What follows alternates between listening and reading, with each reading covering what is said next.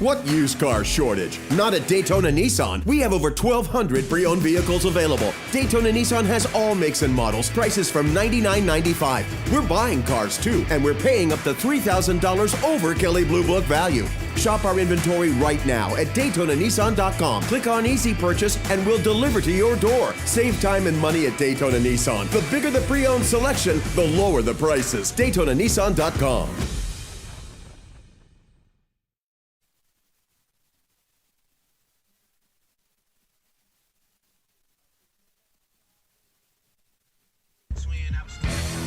Welcome to Bowling Green and welcome to homecoming. Don't try this at home. These people, they're professionals. Great crowd on hand and a good-looking football game as well. Evenly matched teams coming up next on ESPN.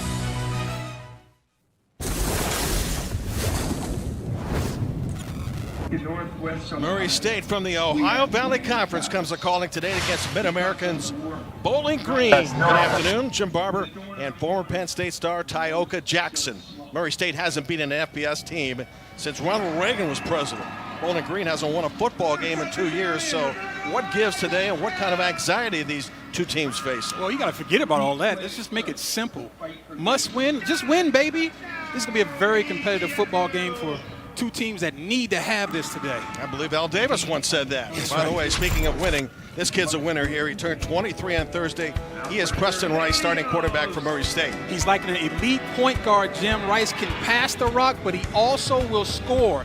He leads this team with 5 rushing touchdowns. When his decision-making is on point, this offense really moves. And Tyoka, he's got to avoid this linebacker, 23, who is terrorizing offenses right now. Look, Darren Anders is not going to wow you with his measurables, but it's his heart, desire, and exceptional diagnostic skills that allow him to be one of the top defensive playmakers in the MAC. I expect these two guys will become well acquainted before this one's over, no doubt about it. BG defense is not bad, but the offense is very young, especially up front. There's just one senior on the offensive line. Bankswall, Grant, Zimmerly, Van Gorder, and Murphy. Sounds like a law firm. These guys will be around to get their law degrees for many years because they're just puppies, according to their head coach, minus the one senior that we're speaking of.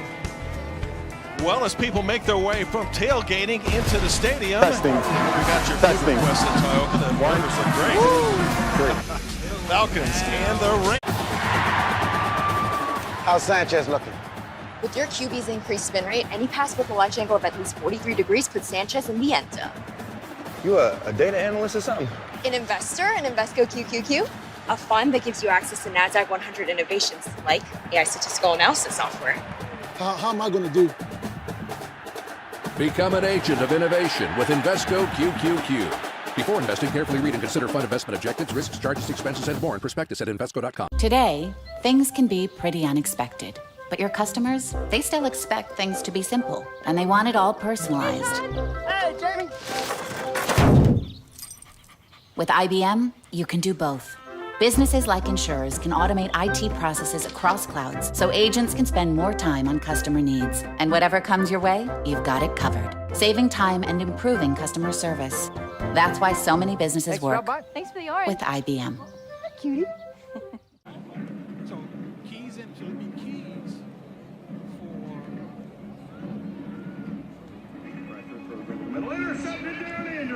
for... Just a couple of days shy of a full moon here in the Midwest as Bowling Green and Murray State get set to kick off. And a pretty special moment moments ago. One of the stars of Bowling Green football, Phil Villapiano, who started in the NFL, Oakland Raiders legend, won a world championship with the Raiders, graduated back in '71. The former great linebacker on hand still looks pretty slim, doesn't he? He does, man. I got to find out what he's eating and what his workout regimen is because I was born in '71, and I promise you I don't look that good. So they're inviting a lot of their legends back today, and we'll get a chance to meet some of them. That's Scott Loeffler, who is the head coach of Bowling Green, who told us last week losing that game to South Alabama felt like he lost the Super Bowl because it was a very winnable game, and they were beaten on a walk-off field goal. That's tough, right? At home, too, Yeah. right? I mean, that hurts, but guess what? You got to clear it. That's what football is all about, whether it's having a bad play and clearing that or having a bad game. You got to clear that, too. Dean Hood, well, he's kind of the old school guy who was telling us during the week. You know, I know there's a lot of fancy football out there, he says, but I still believe in the run game. You try to keep up with all the youthful things that are going on, but running wins games, and his team's got a good-looking offensive line to do that. They do. They want to play bully ball up front with that front seven. They feel like the mass of their guys up front will wear on your defense over 4 quarters. Mason Lawler will kick off. Ethan Thompson is 16. He is way deep.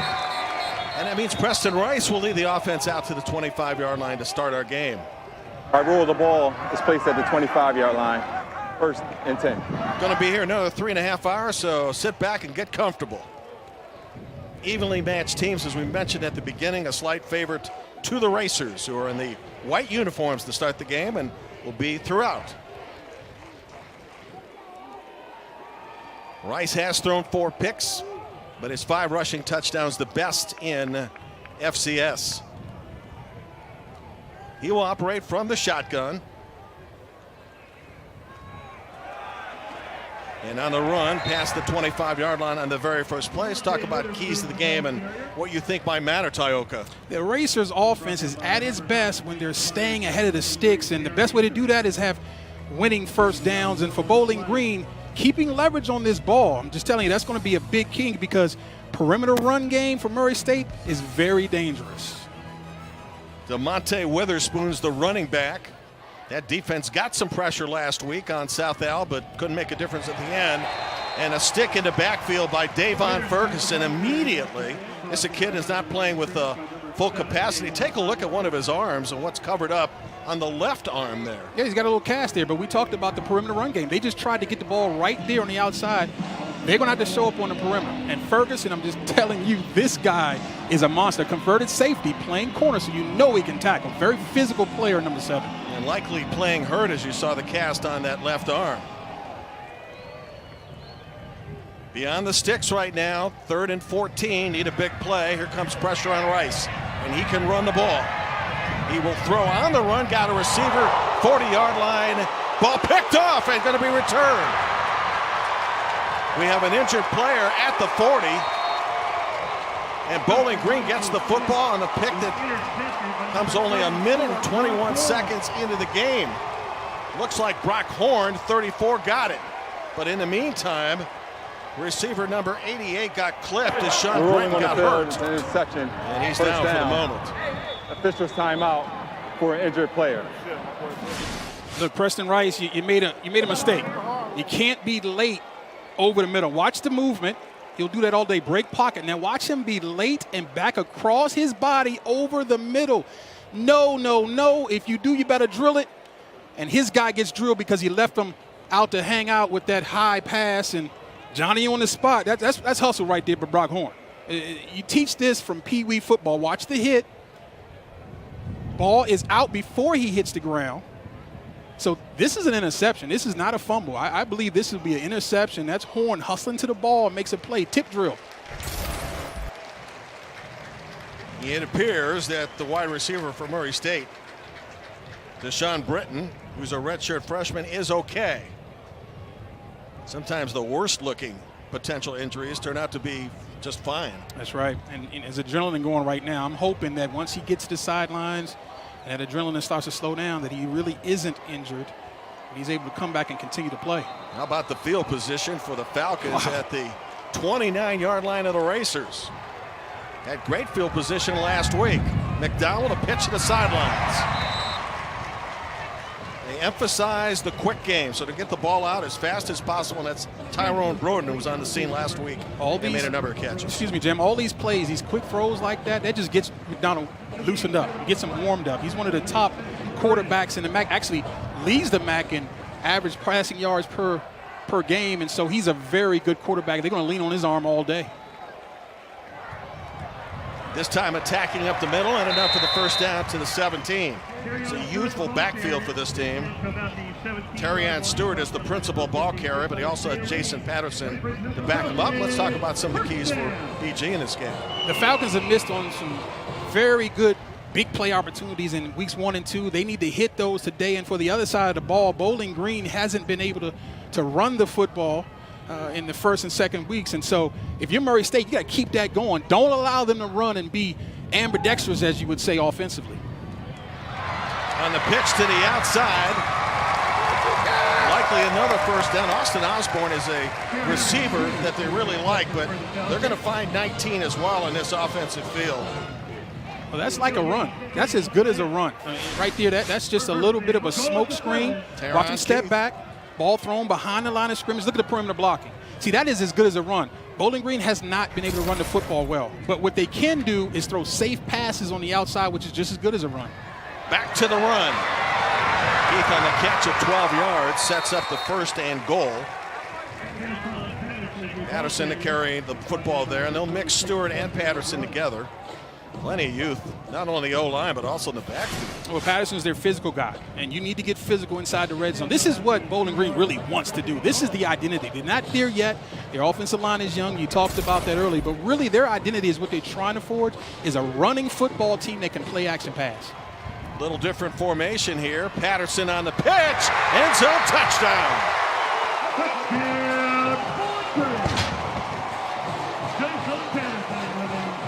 I like the call, Jim. I like the call by Terry Malone.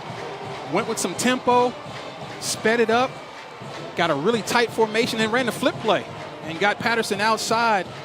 Nice job of running. Again, they'll feature him in the red zone because he's a little bit more of a power back. Tight formation, and now let's see if we can out-leverage the defense with a bunch of reach blocks. And the blocking is excellent. And by the time he does meet a defender, it's too late. He's across the line, across the goal line.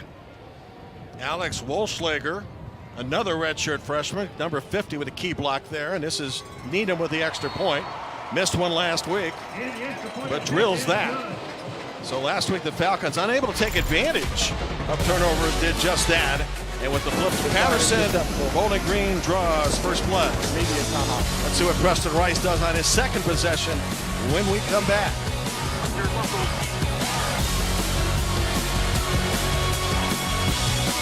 Aflac policyholders have been paid $37 billion directly. That's a lot of money. Did somebody say money? Get help with expenses health insurance doesn't cover. Aflac is ready for prime time. Aflac is an official sponsor of ESPN College Game Day.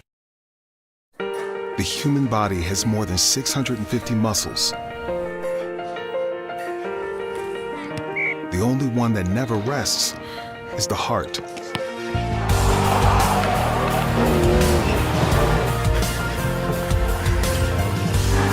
Maybe that's why true courage never rests either.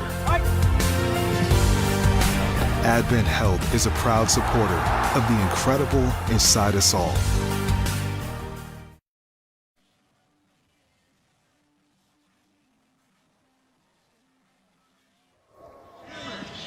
Just days ago, former Bowling Green basketball star Rashawn Holmes signed a 4-year, $46 million contract with the Kings. Includes a base salary of $10,384,500. Back on homecoming. It's a good man to get to know, I think. Absolutely. And, you know, he's making Jim Barber money. So you tell me, what's that like to bring home a bag like that, Jim? I mean, $40 million guaranteed? I always get excited about expenses from my loose, so I wish. Second possession coming up, and this one, too, will start from the 25-yard line. So just moments ago after the interception. A quick turnaround and a turn of events for Bowling Green on the touchdown by Jamie Patterson. We talked about being efficient on first down, right? And they got behind the sticks, and that's not how they want to play football. They want to be good on first down, and that can be with a pass. They were able to throw the football early last week and really get up on the sticks and be efficient that way. So it doesn't matter. First down has to be a win for them, and then they can stay with the threat of the run, and that's when Preston becomes a really good passer, when you don't know he's going to throw it. But if you know he has to throw it, that's a problem for this offense. He's got 3 good running backs, and one, DeMonte, who wears 31, very versatile against the football on his first series of downs and carries up to the 30-yard line. You know, a 31, Witherspoon. The book on him, very versatile, probably the most versatile on the team. Good vision, tough guy to tackle. Yeah, he's got quickness and elusiveness, but what you saw right there is that's a good first down play for them. And he's just a freshman, redshirt freshman out of East St. Louis, but that's the type of first play that they need. Now things are going to see, you're going to see this offense settle down a little bit on this particular series. Jacob Bell, Lamartez Brooks to the outside of Rice. Not even looking that way.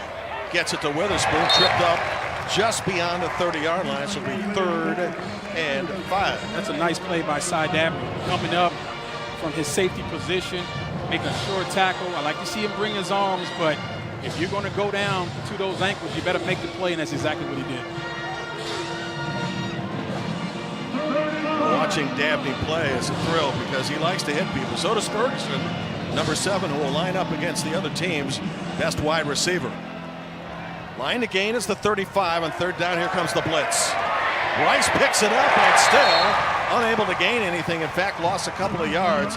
He's got strong escapability, Tioka, but right there, too many bodies for him to manage. Didn't catch the number, but they got him by the ankle. Because if they didn't, he'd still be running. He had a lot of room to run, and that's the downside to blitzing. You better get home because a running quarterback will kill you because everybody in the secondary is running with their back towards the quarterback.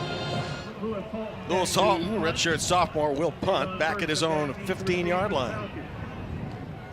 7-0 Bowling Green, 5 minutes in. The matchup of the OVC and the MAC. Ferguson is back. It will bounce out of bounds. Good field position for the Falcons from their own 34. Let's see what the second series on offense looks like. A little longer field to negotiate this time for quarterback Matt McDonald. How's Sanchez looking? With your QB's increased spin rate, any pass with a launch angle of at least 43 degrees puts Sanchez in the end zone. You a data analyst or something? An investor in Invesco QQQ, a fund that gives you access to NASDAQ 100 innovations like AI statistical analysis software. How am I going to do? Become an agent of innovation with Invesco QQQ. Before investing, carefully read and consider fund investment objectives, risks, charges, expenses, and more in prospectus at Invesco.com.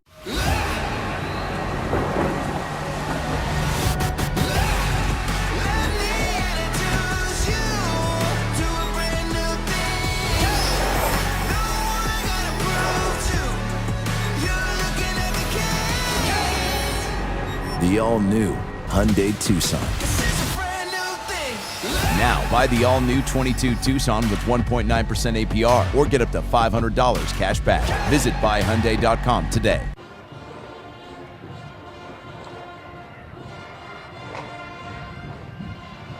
Terry Malone up in the booth, the offensive coordinator, talks about the dinner call. And the running backs sit by him, and they get called last because they're all freshmen. I mean, there are 60 freshmen on this roster. I mean, it's crazy, the youth. But, you know, we talked to Scott Leffler, and he brings up one of the big buzzwords in sports, and it's a process. But it really is for a young team like this. You've got to teach them how to practice properly, teach them how to take a loss and come back and practice better. He said they're getting better in practice, and he expects it to show up in the games, and we'll see if that works out this way today.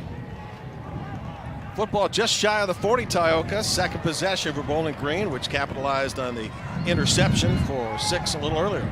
McDonald, 3-step drop, incomplete. So you talk about the process. Scott Leffler in his 3rd year thinks it's going to be a great rebuild. But how do you make the fans patient who want a winner and want it now? Well, I mean, that's always tough. I guess the best way to do that is to show progression on the field. And you have to talk about it and remind everybody that we're young and our future is bright. But at the end of the day, he's got to show that the team is getting better. And sometimes when you get this young, getting better doesn't always mean winning the game. It's just the product on the field, the way you execute. But wins certainly help. There's no question about that. Yeah.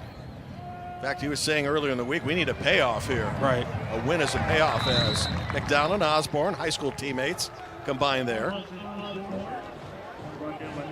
Mission Viejo, California. They've been doing that for a long time. And that's how they get a lot of catches to Osborne. They want to get the ball in his hands with some blockers on the perimeter because he is their go-to guy. He's a very good athlete, not quite a super burner, but after the catch, he can really make people miss. And it brings up a 3rd and 9 with a very modest gain of a yard. Showing blitz the racers. Let's see how many they decide to bring. They'll bring everybody. McDonald picks it up. 1st down catch. Past the 50-yard line to Tyrone Broden, his 2nd catch of the day. And he's their big guy. He's the guy with the large catch radius. If you go one-on-one with him and give him cushion, the out route is there all day because he's going to shield the defender with his body. And if the ball comes out on time and on target, it should be a completion. That's exactly what happened there. Good job of the youthful offensive line. You saw by the numbers with the classes of mostly redshirt freshmen being able to pick up that blitz that allowed McDonald to hit Broad moments ago. And they still had a free guy, but that's where McDonald's got to get the ball out. So, yes, block all that you can block, but if they bring more than you can block, the quarterback has to recognize that and get the ball out. So right there was great execution by both the offensive line and the quarterback. And don't look now, Jim, there's some running lanes up there for Bowling Green. I know the fans at home are like, wow, we can run the ball? Well, so far, so good. Yeah, last week just 9 carries, 19 yards. After the pickup of 5, the ball at the 43 of Murray State. Empty backfield for McDonald, looking to his left. Going to get swallowed up back at the 48-yard line. Had no chance on the play. That's Quindarius Myers. Check that. Austin Dalton with a tackle. Dalton gets the quarterback sack, but it was Samuda, number 34, Eric Samuda, who picked the back up out of the backfield. It was great coverage, and Matt McDonald had to bring that ball down. And when you match the coverage up with the rush, if you're a rush guy, you want to say, if that quarterback pats the ball, if he has any indecision, I got to be there. And that's exactly what happened with Austin making a big sack. Yeah, you mentioned Samuda. He had a 75-yard pick 6 during the spring season for the Racers. That's right, they played football the 2020 season in 2021. And now 4th down. So imagine playing a number of games, 7 in total, and turning right around and now coming into your scheduled season of 2021. Yeah, thank COVID for that, right? I mean, yes, it was crazy. It's been, everybody's life has been turned upside down, and you know, these athletic programs are no different. Just made things a lot different than they've ever been, and so you just got to adapt and just keep moving forward. Matt Naranjo will punt. He had 7 punts last week, 5 inside the 20, and that's number 21, Lamartez Brooks. Just hard-pressed to find a senior on either side of the ball, pretty much. Left-footed kicker, fair catch being called and made around the 12-yard line.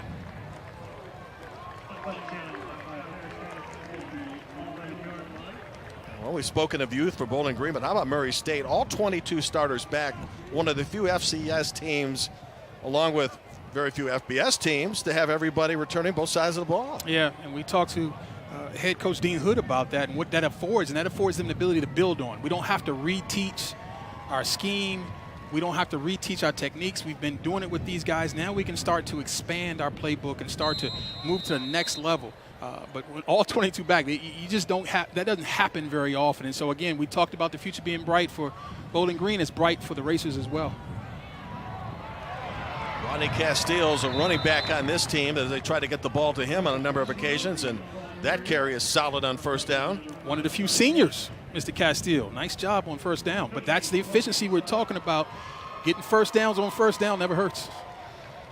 Very few teams, either FBS or FCS, return everyone.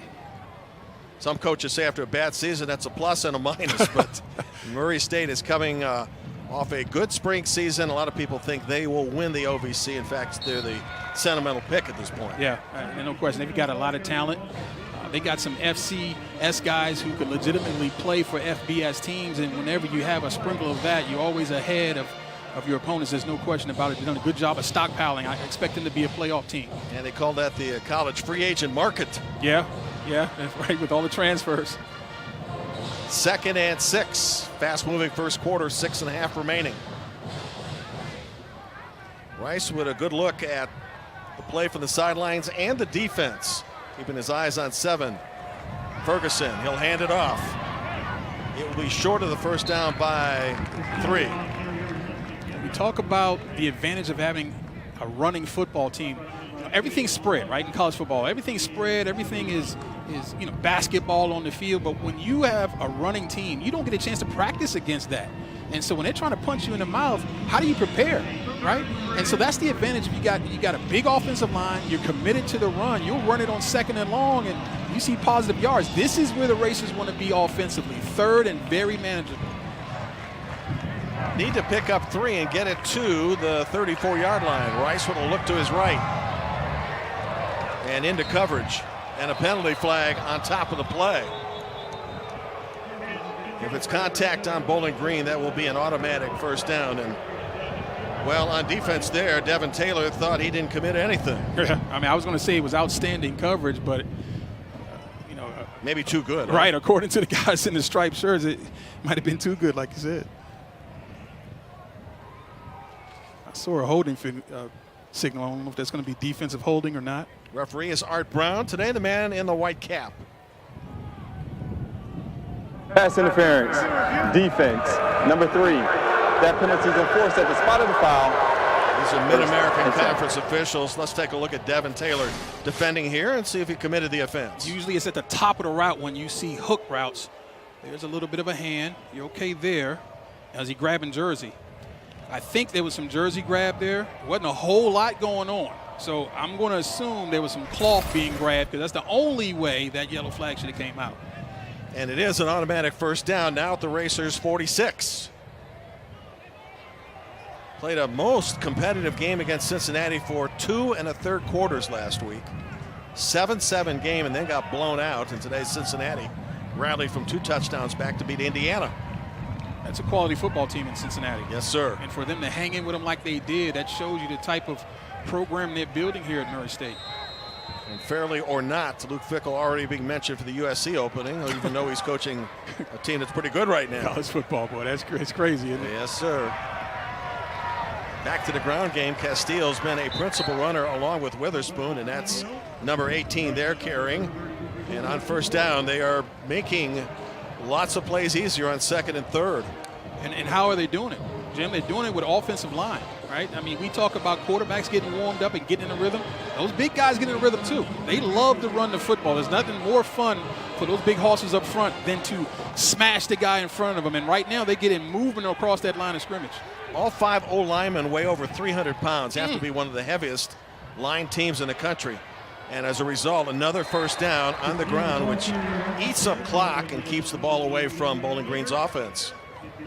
The offensive line, you're hard-pressed to find anybody that's even close to being under 300. And because this group is one of the more physical teams, it can push the ball up and down the field and use time. Yeah, and with that, we talk about it a lot. It's like body punches. Look at the weight discrepancy. That's a problem come the 4th quarter, but you have to make the body punches hurt now, and they'll pay dividends later. Good point. First down now for the BG 42. Opens up play action, but Rice is in trouble. Now looking down the field and throwing. He's got a man. Incomplete. Big hit right there by Davion Ferguson, but we've seen this now twice where those balls are floating. I'm just telling you right now, when you float the ball against big hitters like number 7, somebody's going to pay a price. And there it is. Jacob Bell pays it right there. Was Ferguson close to targeting there? Well, I'd like to see it again, but he wasn't early, so a PI is off the table, but I didn't see a high hit there above the shoulders. Let's take a look at it. And there's the hit. Well, that head was a little low, but I think the shoulder made contact first. This is going to be what they call a TFL, and a tackle for loss. Brooks was there, Brand was there, the old man Walter Hare was there, number 56. Yeah, that's Carl Brooks, captain, junior Carl Brooks, makes a nice play, knifes inside and gets a tackle for loss like you said, and that's how you stop the run game. Penetration, look at the penetration right there. You've got a tight end on him, that's not going to get it done. And who was his friend that came with him? I didn't see the defensive tackle's number there, but boy, that is really good run defense, and that's what the Racers want to avoid. TFLs, it sets them off schedule. Got to pick up 13. Rice over the middle, incomplete. Wouldn't have been a first down as Ferguson almost picked it off. So now it's 4th down, and the Raiders will give up the ball. I like that guy, number 7. He does it against the run. He does it against the pass. He does it with a cast on his arm, right? There's a difference between being hurt and being injured. And in college football, you figure that out very quickly. The guys who can play with some pain are going to separate themselves from the other guys who will sit on the bench with a little owie. And I got a lot of respect for number 7. He's a good player. I like the way you put that. What, owie? Yeah. Well, I got kids, man. I know what an owie is. Punt's going to come from the 40 of the Racers. See if there's any chance for a return here as Ferguson is out of the game. They're going to let it roll, and it's going to roll nicely for Murray State. All the way down to about the 5-yard line. Good-looking punt. The Falcons come back deep in their own territory. 3.5 to go, opening quarter. Let's see how they manage the ball then. Aflac policyholders have been paid $37 billion directly. That's a lot of money. Did somebody say money? Get help with expenses health insurance doesn't cover. Aflac is ready for prime time. Aflac is an official sponsor of ESPN College Game Day.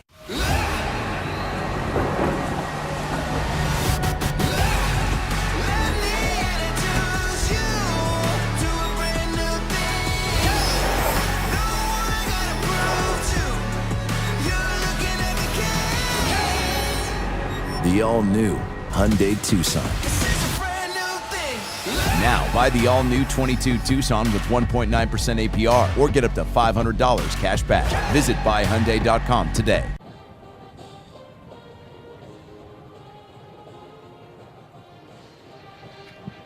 Let us flash back to September '84. The last time Murray State beat a FBS team was Louisville. #1 television show Dynasty. Alex Trebek, first syndicated season of Jeopardy. How about number 3, huh? Who you going to call? Bill Murray. Macintosh Computer introduced, and Dean Hood, veteran coach, was all conference at Ohio Wesleyan, age around 2021 or so.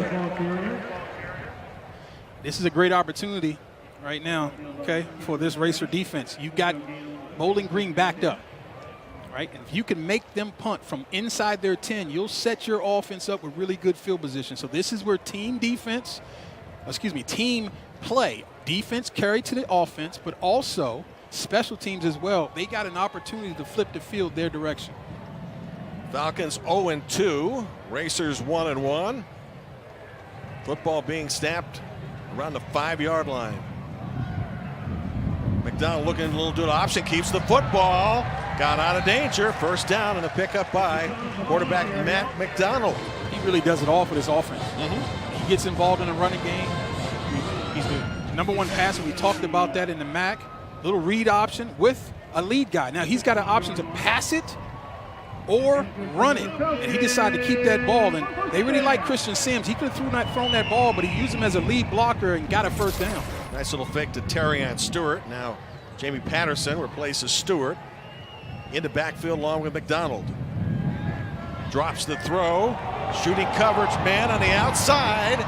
There was some bumping and grinding going, but nothing was available right there because of the good defense imposed by number 12, Devontae McKee. Yeah, and I like he didn't panic.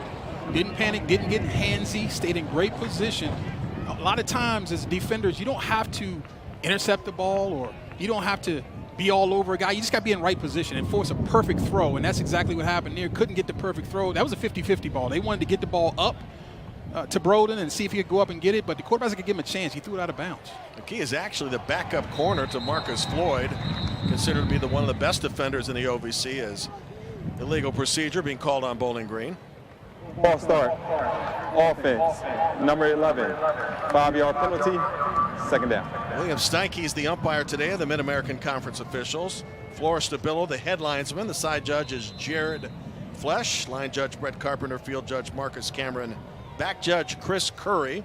The center judge is Darren Haas, and replay official, whom we spoke to prior to the game, Roger Quinlan. Nothing drives a coach crazy more than pre-snap penalties.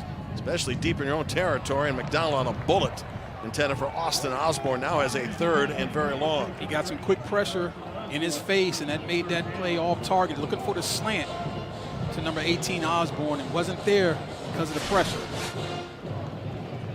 Watch him throwing off his back foot. Well, excuse me, he stepped into it, but I think he rushed the throw. Osborne's there. Just let him a little too much. Defended well by the safety Don Parker on the play. Third and a lot. Have to get the ball to the 25 to continue the series. The Racers bring pressure again like they did on last third down on rush 3. Just rushing 3 and dropping 8. McDonald throwing against that to the outside. Ball caught, first down. Back-to-back first down runs and passes, this time to Tyrone Broden. So on third down, they're pretty efficient here. And they're starting to go after Devontae McKee. Don't know where Marcus Floyd is. He talked about it. He's one of the best corners in all of the FCS. And it looks like he might, is that him lined up at safety, the safety position? I'm not 100% sure, but they're starting to pick on McKee. And I think they feel like they got a nice matchup on the outside against the backup corner. Yeah, Floyd wears 24 and will likely call his name and number. I think he's lined up at safety. Showing blitz from the outside. They'll run the football here and a lot of room to run it.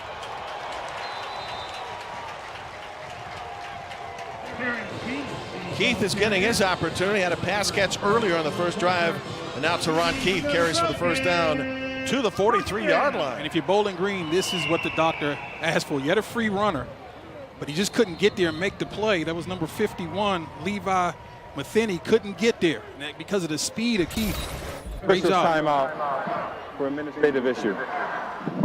And the issue might be the chains right now, as the first down was picked up to the 43, unless there's somebody with a uniform that needs to have some adjusting. That's always a reason for time being called. And speaking of adjusting, I'm curious why number 24 is lining up at safety.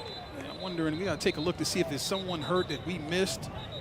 Is there someone that didn't start or something? Because 24, again, we talked about Marcus Floyd is one of the best corners in all of FCS football, if not the best. And right now, I've seen him line up more than once at safety. So just that's something to keep an eye on as they continue to go after Devontae McKee. Yeah, you wonder if it's due to an injury or maybe some shifting they've gone on. Back to the ground game. Terrion Stewart, we mentioned, is probably one of their more aggressive runners, but right now they're showing kind of a plethora of people, and this time it's Nick Mosley carrying the football. Right now, number 24 is going to have to show up and be the alley player against the run, and I promise you that's not what he wants to be. Corners do not want to be alley players having to make plays on backs, and now he's moved back to corner. So very interesting with the shuffling going on right now. 2nd and 5. It's Mosley again, this time nothing doing. Back to the original line of scrimmage as we wind down the first quarter. Eric Samuda came through and blew that play up right off the bat. Any type of run game, I don't care if it's a spread run or if you line up in two tights, penetration destroys it, and Samuda came through right away and made that a possible stop for his teammates. No, who's going to be the team that hasn't beaten an FCS squad, FBS squad since the 80s, or Scott Loeffler's Bowling Green team, which hasn't won in 2 years. Falcons, good first quarter. They'll come back on offense when we start the second on homecoming. We'll try this either at home. Looks scary to me. Fun day today, and some interesting highlights already in the game on a touchdown there scored by Patterson. How's Sanchez looking? With your QB's increased spin rate, any pass with a launch angle of at least 43 degrees puts Sanchez in the end zone. You a data analyst or something? An investor in Invesco QQQ, a fund that gives you access to NASDAQ 100 innovations like AI statistical analysis software. How am I going to do? Become an agent of innovation with Invesco QQQ. Before investing, carefully read and consider fund investment objectives, risks, charges, expenses, and more in prospectus at Invesco.com.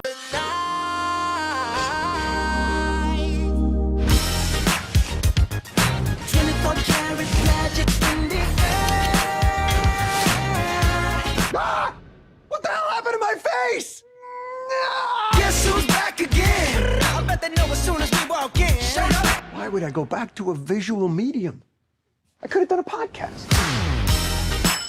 Look out!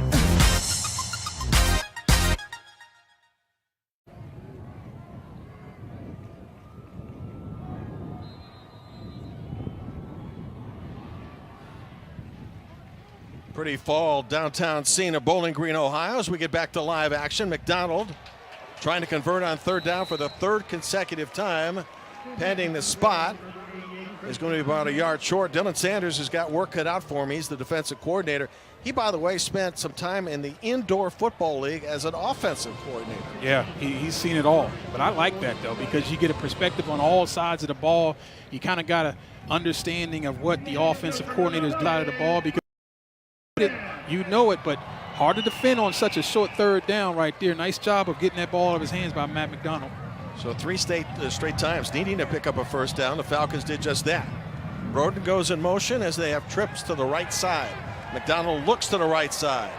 Intended for Osborne. And what a catch inside the 30 by his former high school teammate, Austin Osborne. Well, he went up and got that one, didn't he? And when that ball was released, I saw 2 Racer's conversion on that pass, I thought it was going to be bad news, but when you got a guy who's competitive and willing to go up and get it for your former high school teammate, watch that. High point that ball. Nice job. Really good throw to get it over the underneath defender, but not too high so his own guy couldn't catch it. And I see you flexing, Mr. Osborne. Cortez Roberts did a pretty nice job of defending on the play, but Osborne made the catch. McDonald to the other side to Broden. Makes a man miss, and then he gets swallowed up and might have picked up a yard or two at most. The key to stopping all of those wide receiver screens, the tunnel screen, the smoke screen, is pursuit from the inside out. Yeah, they may block a corner or two on the outside, but when you got a wave of defenders coming inside, you just got to keep leverage because the cavalry's coming. Nice job by the team in white to flow to the football. And Terrion Stewart back on offense in the backfield with McDonald. Ball to 27.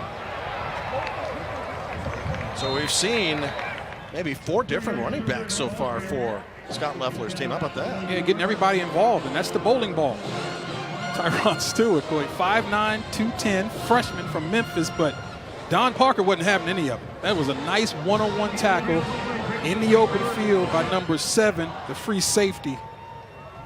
Good job there to make it 3rd and about 6, 5 or 6. Well, BG wants to find ways to run the ball. They want to be physical. 3rd and a pass. They'll run it though on 3rd down, and this pitch with all the pressure on the inside there, or the outside, that was going nowhere. Murray State Racers racing to that football. I love it. I love when defenses play with this sort of pursuit. Watch it now. There's only 11 guys on the field, but it looks like more than that. You tell me where you're going to go if you're a runner. Excellent job of pursuit. Defense is about attitude and pursuit. Offense is alignment and assignment. Defense is about being a dog. Right now, the team in white got a bunch of dogs out there. Jason Patterson, nowhere to go running the ball. And this is a 43-yard attempt by Matt Needham, who has a 42 and a 50-yarder to his credit. Trying to make it a 2-score game early 2nd quarter.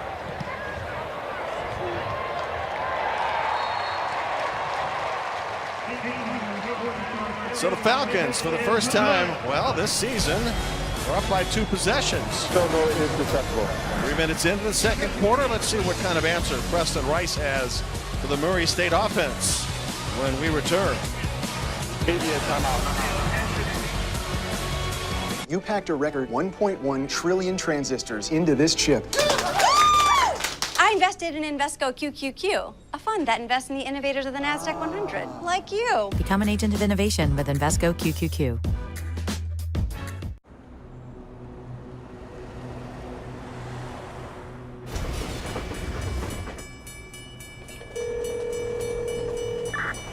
What's your emergency? Car went through the barrier.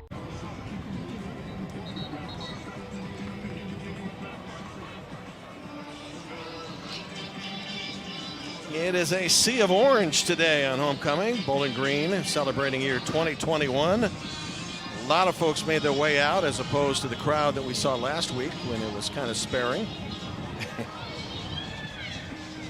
Homecoming. Yeah, it's a great time, and showing you some of the shots from outside the stadium that been most impressive so far.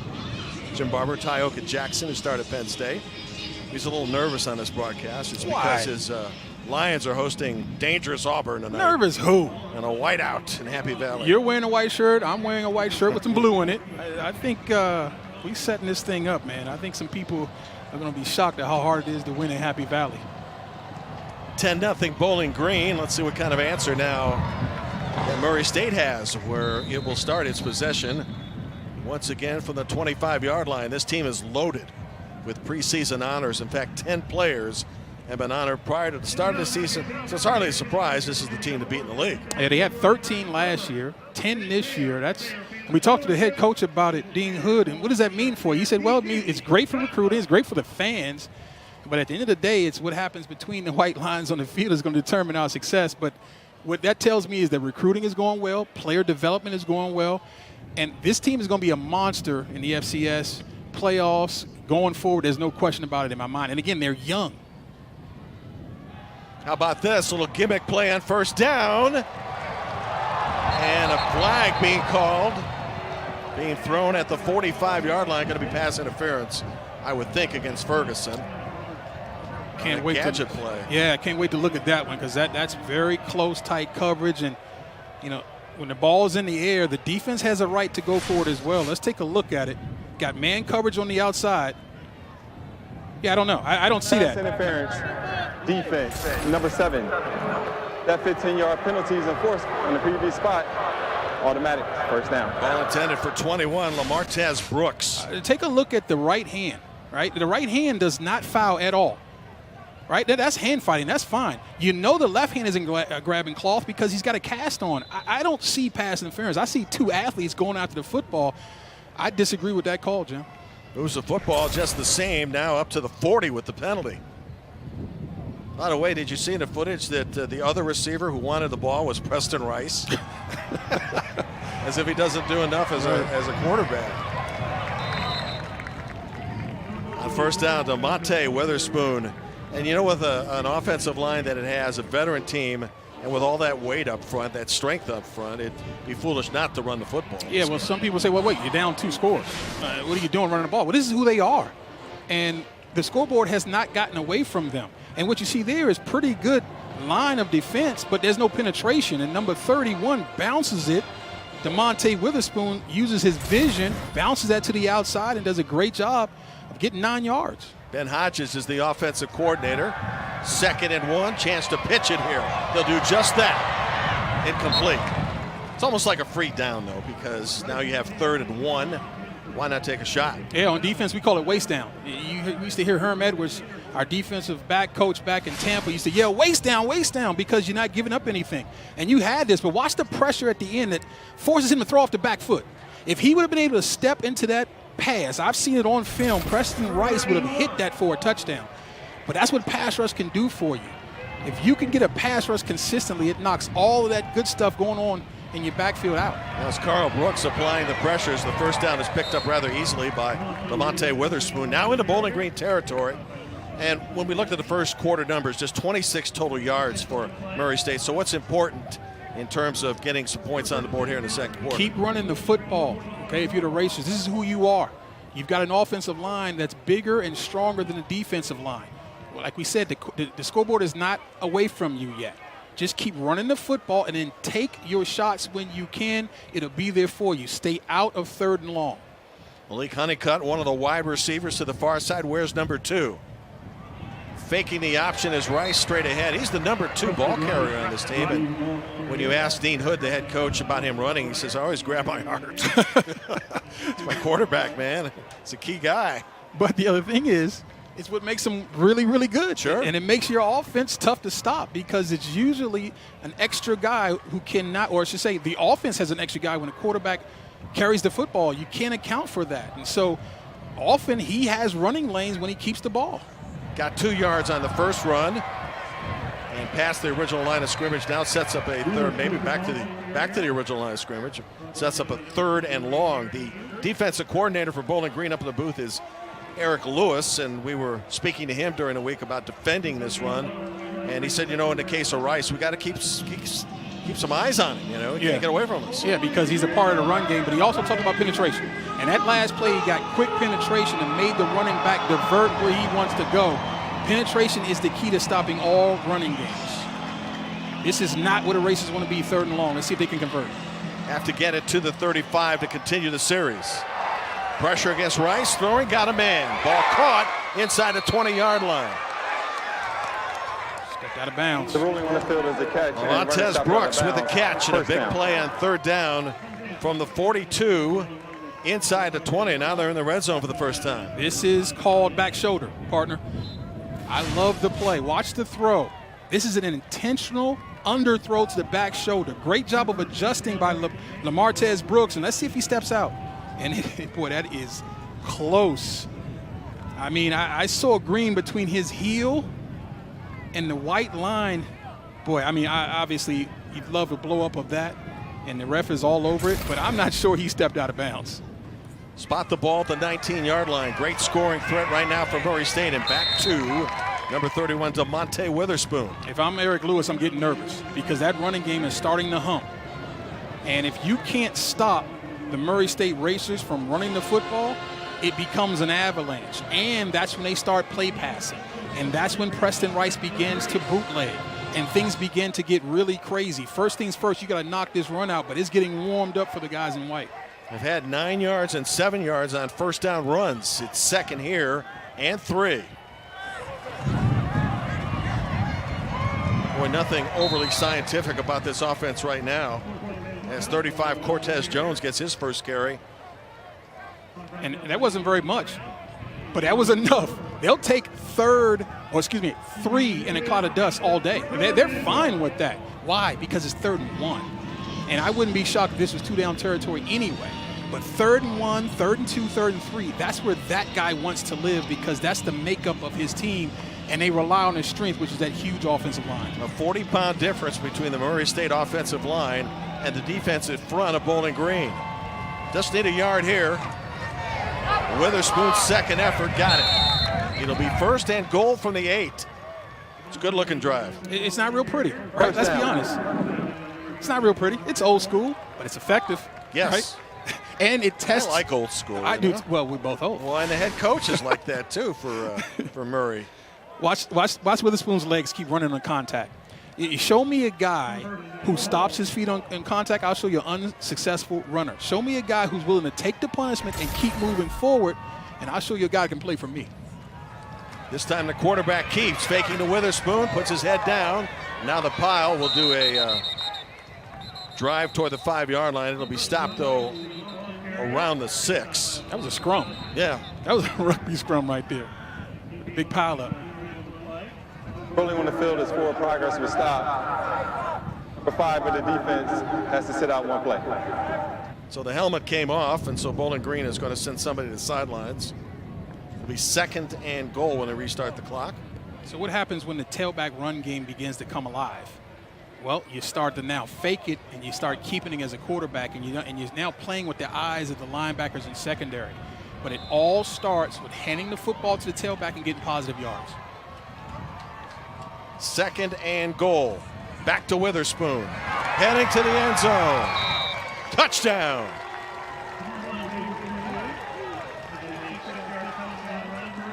That drive was all about the offensive line and the running of Witherspoon, right? That is like a diesel engine. It's starting to get revved up now, right? Excellent job of just pushing and mushing and dominating the line of scrimmage by the big guys, and the beneficiary is any back who's running it right now is Witherspoon. And watch Witherspoon finish the runoff. Right? You see that you never want to see backs falling forward if you're a defensive guy. You always want to see that on offense. Great job by Witherspoon finishing that ball off into the end zone. Now Aaron Baum for the extra point on the hole by Lewis Halton. 10-7 our score. Racers weren't going to be shot. How's Sanchez looking? With your QB's increased spin rate, any pass with a launch angle of at least 43 degrees puts Sanchez in the end zone. You a data analyst or something? An investor in Invesco QQQ, a fund that gives you access to NASDAQ 100 innovations like AI statistical analysis software. How am I going to do? Become an agent of innovation with Invesco QQQ. Before investing, carefully read and consider fund investment objectives, risks, charges, expenses, and more in prospectus at Invesco.com.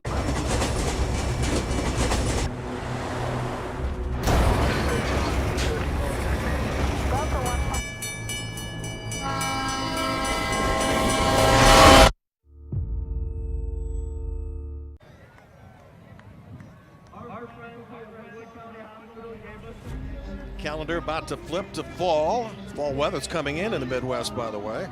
Clouds are going to change, and in fact, we're looking at temperatures, highs of 70s and 60s later in the week. That's gorgeous football weather. That's DeMonte Witherspoon. We got the first touchdown of the day for the Racers to bring them within 3. He had a little owie on the sidelines, had his elbow looked at. I guarantee you we'll see 31 again, though. You know, seeing or hearing a big guy say owie is just classic, man. I mean, you were the sack master at Penn State. No, but really, I mean, it's a mentality. Football is about attrition. It's a game of attrition. And, you know, if you can have mind over matter, deal with the pain, legitimately sit out if you're injured. There should be no heroes with the injury stuff. But pain is a part of the game, right? And the guys who can't take a little bit of pain or even a moderate amount of pain, this isn't your game. And the teams that can continue to do that as we get into October and November and continue to practice hard through all the bumps and bruises, those teams show up playing the best at the end. One of those great football teams is being challenged today. Alabama, once leading Florida 21-3, now up just 21-16 with about 5 to go in the third quarter. That's college football right there, right? Oh, man. I mean, you got to bring it every week, and there's only 11 or 12 weeks to do it. Every game counts. You have to be on your A game, especially if you're Alabama, because everybody's hunting you. If Alabama loses, Stephen A. Smith is in trouble. Because he told Tim Tebow, he says they're going to wax the floor with Florida during the week. Right now, that wax looks a little dirty. Yeah, a little slippery, huh? We'll see. Teron Keith deep for Bowling Green. And he'll let it go. So the Falcons restart with 3 timeouts remaining in the first half. How's Sanchez looking? With your QB's increased spin rate, any pass with a launch angle of at least 43 degrees puts Sanchez in the end zone. You a data analyst or something? An investor in Invesco QQQ, a fund that gives you access to NASDAQ 100 innovations like AI statistical analysis software. How am I going to do? Become an agent of innovation with Invesco QQQ. Before investing, carefully read and consider fund investment objectives, risks, charges, expenses, and more in prospectus at Invesco.com.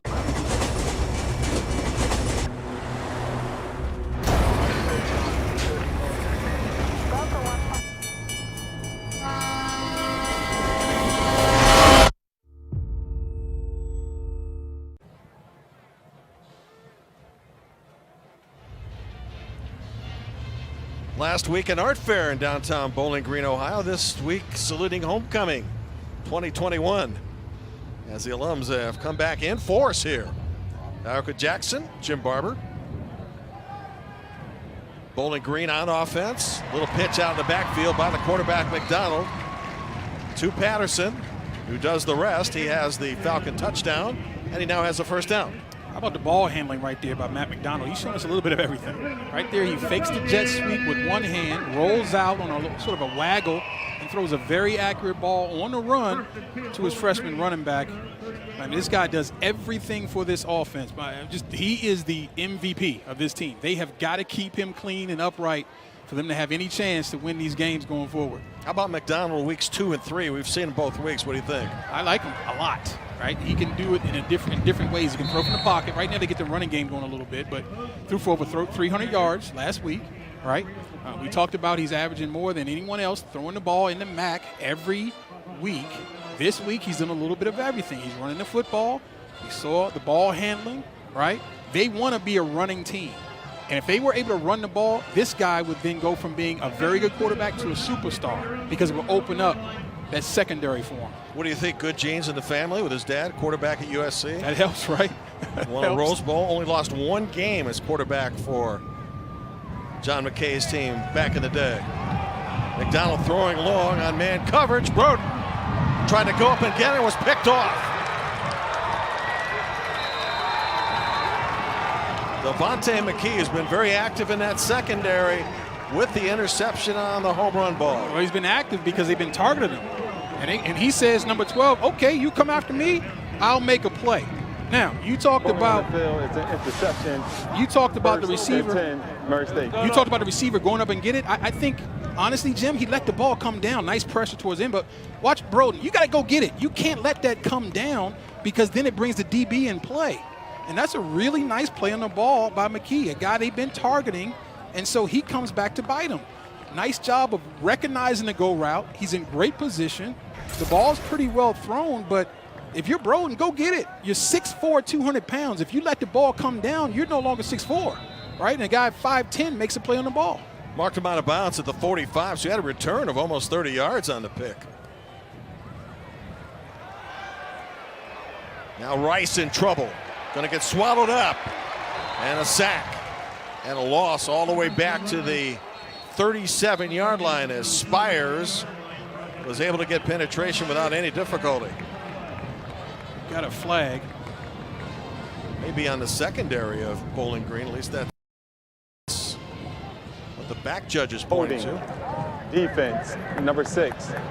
That 10-yard penalty is enforced from the previous spot.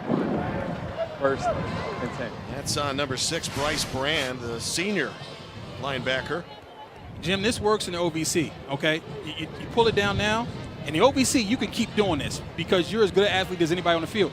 But against an FBS team like this, that ball's got to come out. You cannot continue to hold that ball and think you're going to matriculate that pocket and make people miss. And that's what right now, that's what Murray State has to adjust to. The things that work in the OVC aren't necessarily going to work today. You got to get that ball out of his hands. Now, obviously, the defensive penalty, it's not a problem, but that's something to remember with Preston Rice. Know to get rid of that ball. Don't do too much. So instead of the sack and a loss of 10, the penalty is a plus 15. Witherspoon, no gain on the play as he's swallowed up. Darren Anders was up there, and he got plenty of help.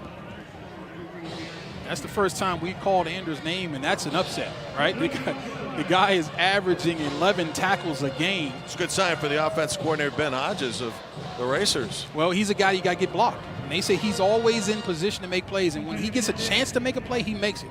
You see there, he was in position to make it. He's not going to miss tackles. The thing is, this big offensive line, if you can get up to the second level, you're going to engulf him with these 300-pounders. Back to the run, back to Witherspoon. Just joining us, Bowling Green jumped out 10-0. The Racers, solid drive moments ago, made it 10-7. And with the pick, are now on the move right now with the football located at the 43 of Bowling Green. Watch the blocking. If you play tight end for the Racers, you got to block. Look at number 87 come around the horn. Jake Satoff, nice job of blocking Anders on the corner and gives his back a run. Listen, you don't want to lose yardage. 3rd and 8 is not where you want to be, but it's better than a loss. Good job of blocking up front. And 63, Nevi Lessler, also good blocking on the outside. Rice has got a lot of room to run here. And he has got the first down as he high hurdles inside the 35-yard line for a pickup of 8. Remember we like talked he ran about 20 yards on a play. It did, right, because he backed up to get out of that pocket. But remember we talked about being sound on the edges? This is what I'm talking about right here. You got an athletic quarterback. You got to contain this guy. And watch the moxie and smelling the first down. There you go, go get it. Get up over him. I'm like, he could have probably jumped over a book, but it's good enough because if you're going to go low as a defender, this is how you beat a low guy. Come up and chest him up. Don't jump at his heels or his toes. The guy will go up over you, first down. Nice job by Preston Rice. Wonder what the head coach was thinking when Rice bodied up there. He didn't like it. Challenged the defense. Rice he's fearless, isn't he? He is, but that's what makes him a really good player. You can't really take it away from him. You just want him to be smart with his decision making. There are times to eat the ball, go down, and don't take the big hit. But there are times on 3rd and long in the open field where you got to make a play for your offense. Cole McDonald, a tight end, enters the game now. He's 85 for the team in white. This is exactly what the Racers want. Oh, yes. Shoe and clock. Shorten the game. Possess the football. Protect your defense. Again, not sexy, old school, but effective. Ronnie Castile back in the game in the backfield. Rice throwing out of the backfield. It's going to leave him short at the 30-yard line.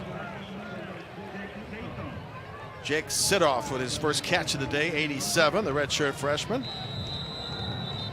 Nice job of getting that ball out of his hands. All right, Rice.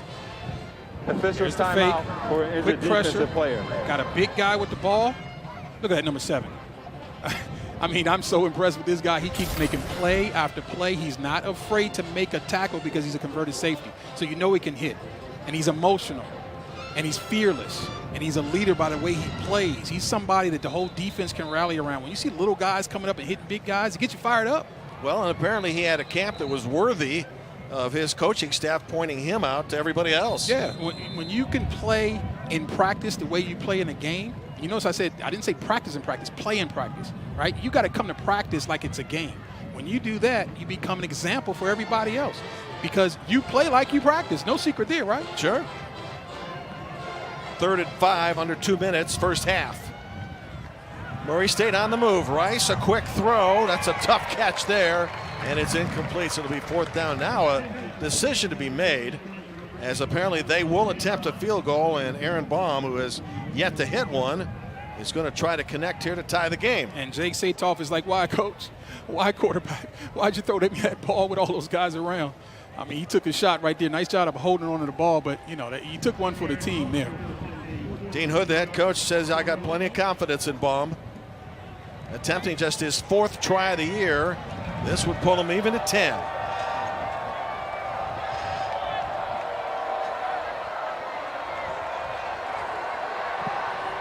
Plenty of leg.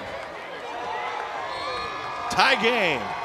Well, that's why Dean Hood still feels pretty good about him. Successful. Immediate timeout. Falcons have 3 timeouts and a $1.46 here late in the first half. You packed a record 1.1 trillion transistors into this chip. I invested in Invesco QQQ, a fund that invests in the innovators of the NASDAQ 100, like you. Become an agent of innovation with Invesco QQQ.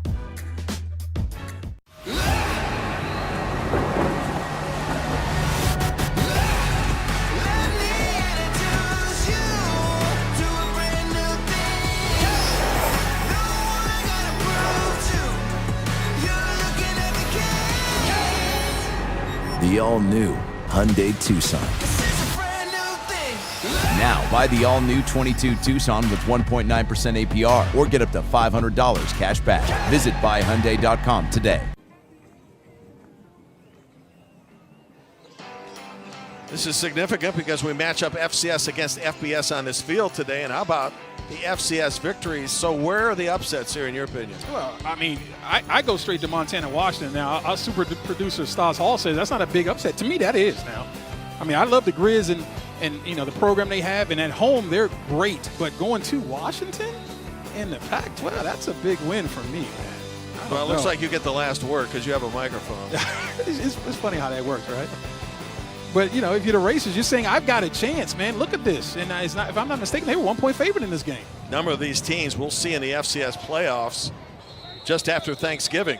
It's a field of 24, and they play for the championship that goes all the way to Frisco, Texas in early January. That's Scott Loeffler, the head coach of Bowling Green, in case you're not aware. What I love about these guys, FCS has been doing playoff stuff forever. The FBI is just coming around to how good a playoff would do for you. You and I will be busy next week. I'll be in Mount Pleasant, Michigan for Florida International. And I'll be in Kalamazoo. Ooh, Western Michigan, huge upset over Pitt today. How about that? Yes, man. And San Jose's going to come in and try to get a road win. 44-41 victory for the Broncos. Wow. Pitt beat Tennessee last week. We're 2-0 to start the year. Incomplete 2nd and 10 intended for Tyrone Broughton. McDonald's been hot. He's been on target all day. Offense, number 62. 10-yard penalty from the previous spot. First down. I always wonder when a holding call is made, do you take the play, which is incomplete, 2nd and 10, or do you back them up 10? Well, remember, holding's a spot foul, so they're going to back them, if I'm not mistaken, 10 yards from the spot of the ball. But generally, yeah, they always take that. They always take that penalty, and so that hold is probably at the line of scrimmage. That's easy. You're going to take 1st and 20 all day. Racers have 3 timeouts remaining in the first half, so look for them to use those timeouts rather efficiently and quickly. And I think here you got to comes use one right now. Yeah, you got to use those. There's no question about it. So that means the Falcons cannot play conservatively. 30-second charge timeout. And maybe want to put the ball in the air to that's their first. Use their timeouts. They've got 3 remaining. Well, let's not forget, you know, if it's an incomplete pass, that stops the clock for the Racers. So it's not an easy decision. Game clock operator, please reset the game clock to 1 minute. Using these timeouts like this early allows the clock to be in the favor of the Racers, and when it's like that, you can still run the ball, right? So that gives them ability to be, you know, two-dimensional. Clock operator, please reset the game clock to 1 minute and 35 seconds. 1 minute and 35 seconds. That's two-dimensional, even though it's a 2-minute situation, especially if they can make them punt from backed up. So this is a very crucial situation for Bowling Green. It's going to be a 2nd and 18 off the penalty and the short gain. Let's see how the Falcons play. It's an empty backfield for Matt McDonald. 3-man line of scrimmage, low snap, and he's got to eat it. Oh, man. Saw a number of low snaps last week for Bowling Green, but that one was dangerous because the ball was coming loose. Murray State. And now the Racers use a timeout and are likely going to get the ball back in great field position. Yeah, this is disaster right now for Bowling Green. As you say, we saw a lot of these last week, and McDonald was able to handle them, but that was tough. Great job of just avoiding the catastrophe, right? They could have went right through his legs, been picked up by the defender, and ran in for a touchdown. I like how he fell on the ball, too. Don't try to do too much. Just keep the possession, because right now a punt is not your worst enemy. So McDonald's got to be very careful. If they decide to throw the football, be very careful with this ball. if I'm Bowling Green, I'm running this ball. I got to force, okay, the team in white to use a timeout. I am not putting this ball in the air because an interception here would be horrific. That's called a give-up play. Do you think that's appropriate, the description? Not for this situation. I mean, I got to make them use that timeout. Terrion Stewart running to the outside. Wants to stay in bounds if he can, and he did, just barely. Yeah. You're right. And he's got to know not even to get close. Don't even let the official make that call. And he got lucky, and they winded the clock, but I'm not sure that was the right call. Final charge timeout, Murray State. Racers are out of timeouts, but they've got 1:22 remaining in the first half. They're going to get the football close to midfield or maybe beyond that.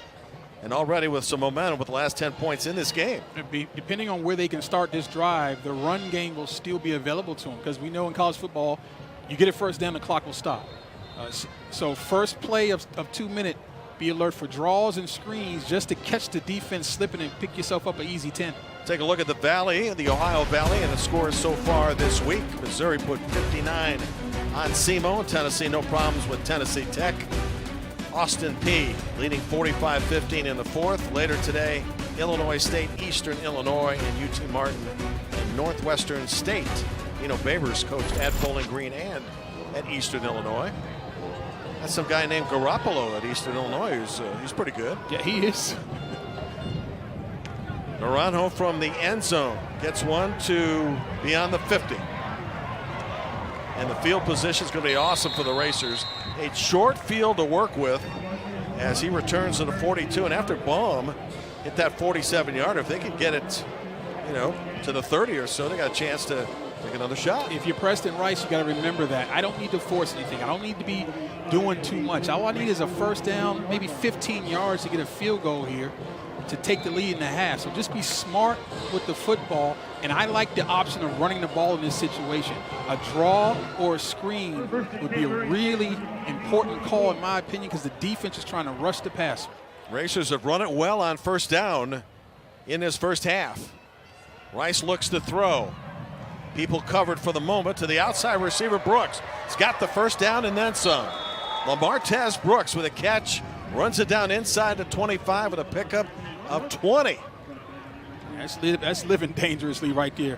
That ball came out late, but boy, he put some mustard on it though, right? Yeah, and the spot actually be at the 26, so it's a pickup of 18. But now they're in Baum field goal range. Still have a chance to take a shot at the end zone. You got to. Rice with a look and in trouble. Can't give up a sack. Going to be a holding penalty called as he throws it away. That's a tough break. That's going to back him up 10.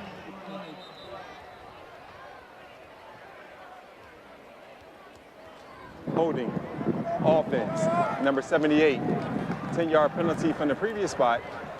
First down. DJ Jones committed the holding. Starts with a power rush inside. Now watch him try to come off of it. And there it is. There's the grab of the jersey. That's an easy call right there.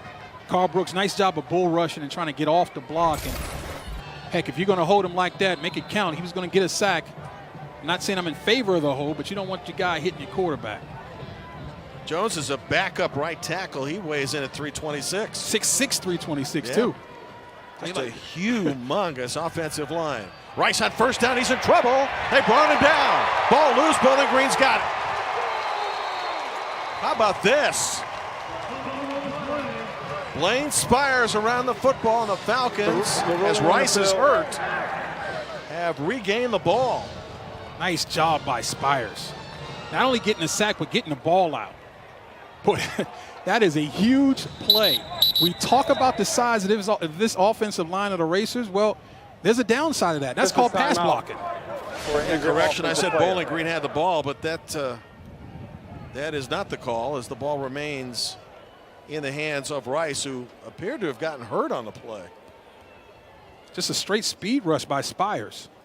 Since the clock was running, this I thought includes Brooks a 10 got it, second but that's subtraction. not game clock operator. That's not correct. Please reset the game clock to 32 seconds. The clock will start on my signal. Kept thinking, how did Brooks not get it? But still in the hands of Murray State. It's 2nd and a half mile. I thought that ball was recovered by the defense. Yeah, I did too. I need to see that again. It's going to be reviewed. Yeah, my eyes are playing tricks on me maybe. I don't know. We're talking to MAC officials today and replay officials. You have to call a timeout to challenge. So if a challenge is taking place here, a timeout is being used by Bowling Green. And the rule and they've got 3 timeouts remaining. That's right. Let's take a look at this. Spires coming Bowling around the Green corner. calls a 30-second charge timeout. There's the strip. Ball's out. Still no possession near. No, and there's Brooks coming in, 44. So who else got it? Maybe Rice did. I saw the ball did he come pull out it again. back? Yeah. No, Rice doesn't have it. Oh, what he did pull Rice it got out. it back. Yeah. Whoa. Okay. What a play right there by Rice. They say the camera never lies. So. My eyes lied to me. I'm say that right now. Mine too. I called it inaccurately, but here's another angle. I think we might see it even better from the backside. And he's going in there and pulling. There it is. Good job. Woo! And he shows it to the ref. Yeah. Hey, I got it. Wow, that was a heck of a play right there by the junior Preston Rice. I mean, just imagine now if they can somehow come away with points, that would be sort of the biggest play of the first half. Fans don't have the benefit of replay, but it's obvious Rice did get it. Yeah. And time is being called. Number 5 was the injured player. By rule, number 5 has to sit out of play. So we go back to the backup quarterback, DJ Williams, for his second play on offense. Well, here's what's crazy. I'm looking at Carl Brooks and saying, you're 6'4", 295. How did Rice get that ball from you? I think he snuck it from him. I mean, my goodness. Let's go, D-line. Don't let the quarterback take it from you. But the problem for Murray State, ball back at the 47, long out of field goal range. Quarterback's going to keep a nice run here to the 37. He picked up 10. It would be about a 54-yarder for Baum. No timeouts remaining, though. They got to hurry. I like the call from the redshirt freshman. And, whoa, here's a flag. And I think we've got some sort of physical altercation, and whoever gets this flag, it's a horrible penalty for their team. Yes, it'd be a killer even on Bowling Green's side, because that would put Baum into field goal range. I like the decision by the redshirt freshman. Don't try to read this thing out under pressure. Go ahead and take yourself some free yardage by running up in the middle of the field. We'll maybe have an unsportsmanlike on number 62 of Murray State from the offensive side of the ball, and that's Austin Jones. After the play, unsportsmanlike conduct, Murray State, number 62. Wow. Pulling That's the it? player off the huddle. Oh, that's This is the reason that the clock is stopped. This includes a 10-second subtraction as well. Game clock operator, please reset the game clock to 7 seconds. Thank you. You know, this drive, Tioka started at the 27. This series of downs at the 27 of Bowling Green. Well, I didn't see a whole lot of punching or hitting. I did see a little bit of taunting with the wave of the hand. Either way, that's a horrible play. That's a very selfish play that hurts your football team. Racers have no timeouts left, and the quarter, with the clock moving, is going to end. So Bowling Green gets a break. That is the end of the half. 10-second runoff, right? Yep. I mean, no chance to run a play. Goodness gracious, you talking about a teachable moment for your young football team? That certainly was it, and that's a junior. That's one of your guys that you know has some experience, have been around. Terrible play right there. A break for Scott Leffler and Bowling Green. Most interesting end to the first half. Falcons led 10-0. Racers have evened it up at 10. About to hit our 20-minute halftime break on Homecoming 2021 here in Ohio. You packed a record 1.1 trillion transistors into this chip. I invested in Invesco QQQ, a fund that invests in the innovators of the NASDAQ 100, like you. Become an agent of innovation with Invesco QQQ. The human body has more than 650 muscles. The only one that never rests is the heart.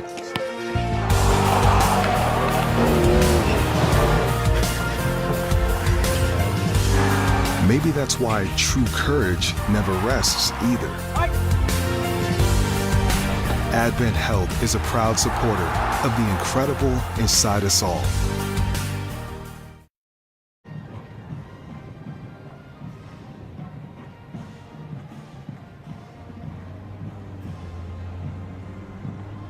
We are back on homecoming. Entertaining game so far. Knotted at 10 at halftime between Murray State and Bowling Green. And with Tyoka Jackson, the former Penn State star, I'm Jim Barber. Weird ending to the first half where the Racers had the ball near the red zone and then suddenly dropped 20, 25 yards on offense. Yeah, with unforced errors. I mean, you got to finish that half off. You got a chance to go in with the lead. FCS versus FBS. Unforced errors, I guarantee that locker room has a lot of loud voices coming at those players right now. Yes. Any feel at this point where the momentum lies in the game? Not after the end of that. I mean, if they would have scored, yeah, then I would say the Racers have the momentum. Right now, I think it's a 0-0 ball game. I think both teams are going to come out and play the way they want to play. Both teams want to run it.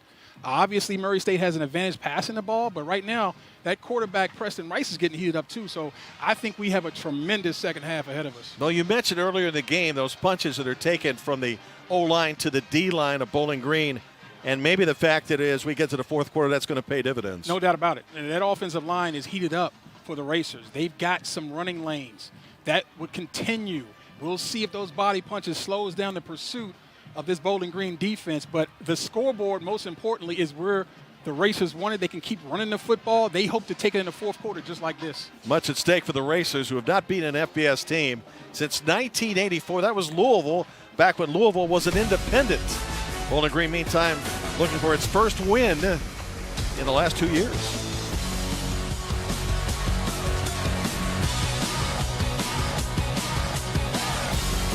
You packed a record 1.1 trillion transistors into this chip.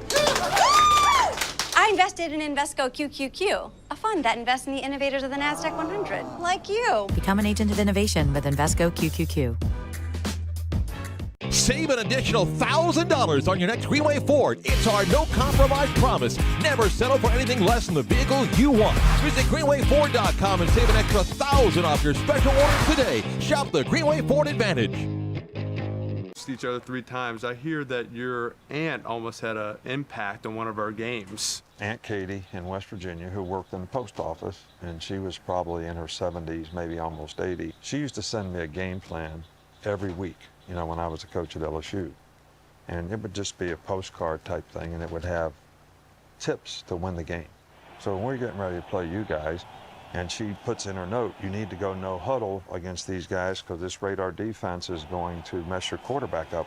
I just like, you know, so what? We'll be able to handle it. No one behind David. He'll put it up. He's hit and dropped. Too many men to block. So Rohan gets sacked 9 times in the game, throws 3 picks. And she called me, you know, the next day and said, I told you to go no huddle. You didn't listen. You got to listen to the aunt. That's right. Of course, you guys did a good job on offense. Manning to the end zone. Touchdown! You know, some pretty proud dad and brothers and family and mother in the stands tonight over Eli's performance. You know, I actually told your dad if Eli would have came to LSU, we'd won 3 national championships.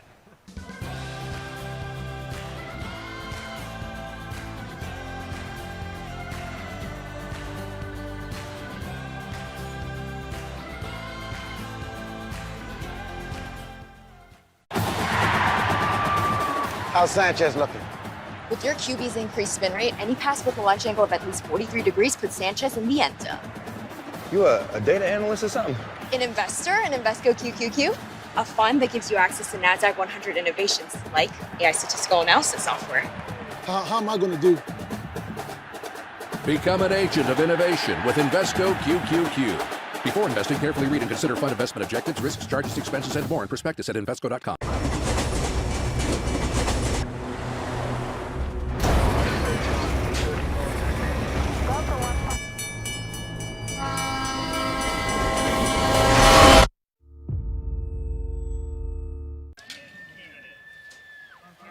We have return. Good-looking crowd today, mostly students on hand right now at the break with a score 10-10. Jim Barber and Tyoka Jackson. Let's review, in case you missed it, what happened here in the first half. Bowling Green's defense, which was significant last week in the loss to South Alabama, comes through here when Brock Horn gets a tip and the interception. We talked about Bowling Green taking advantage of big play opportunities, and that's exactly what happened right here. Not only get the pick, but then they capitalize on it on the goal line. As Patterson rushes in, and it's 7-0. Add a field goal to that, and it was 10-0. But back comes Rice and DeMonte Witherspoon. Witherspoon is running hard today, falling forward. That's exactly what happened on that play, and we'll see more of that going into the fourth quarter. And then Matt McDonald trying to pick on McKee, but McKee has been pretty solid in that defensive secondary. Yeah, Rosen's got to go up and get that football, protect his quarterback. He could have had a really nice reception had he done that. What do you make of this game? A good defensive game or a poorly played offensive game? I think the defenses have played well. I think the offenses have taken advantage of certain opportunities that they got.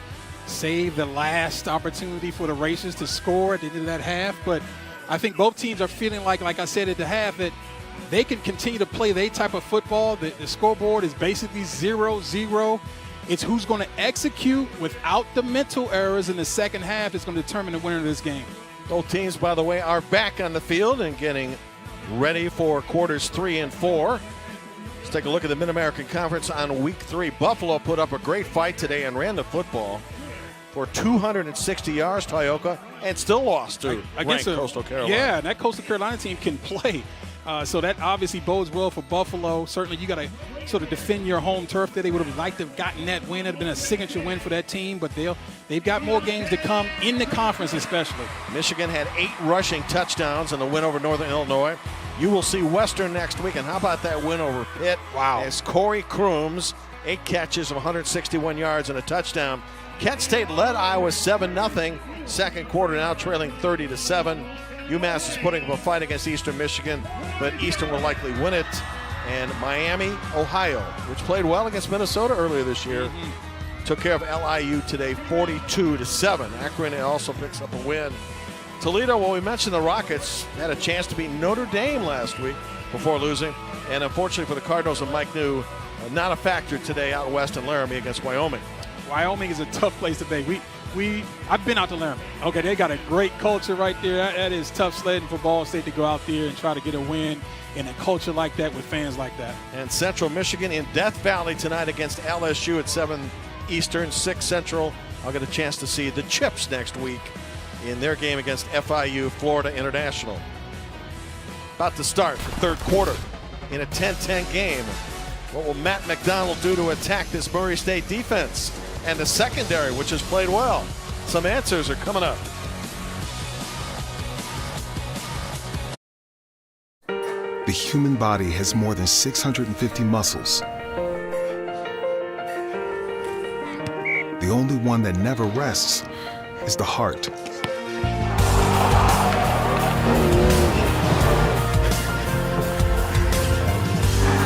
Maybe that's why true courage never rests either. Advent Health is a proud supporter of the incredible inside us all. How's Sanchez looking? With your QB's increased spin rate, any pass with a launch angle of at least 43 degrees puts Sanchez in the end zone. You a data analyst or something? An investor in Invesco QQQ, a fund that gives you access to NASDAQ 100 innovations like AI statistical analysis software. How am I going to do? Become an agent of innovation with Invesco QQQ. Before investing, carefully read and consider fund investment objectives, risks, charges, expenses, and more in prospectus at Invesco.com. This is the final home game of the month for Bowling Green, on the road next week in Minneapolis against the Gophers, and then in Kent, Ohio versus Kent State as they get into conference play in the MAC. So let's look ahead to the second half, and what do you think will matter? Maybe a couple of keys or so. I think running the football. Both teams have to be efficient at it. You know, it's one thing.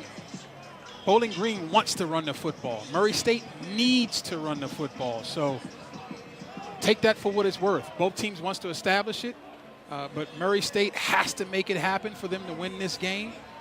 Bowling Green needs to be efficient with the run game because that would open up the pass game. So that would be one thing to look for. And we talked about mistakes. There were some mistakes made towards the end of that half that were crucial for both teams. Penalties, pre-start penalties, holding penalties, and unforced errors. That's going to be something to watch as we move forward.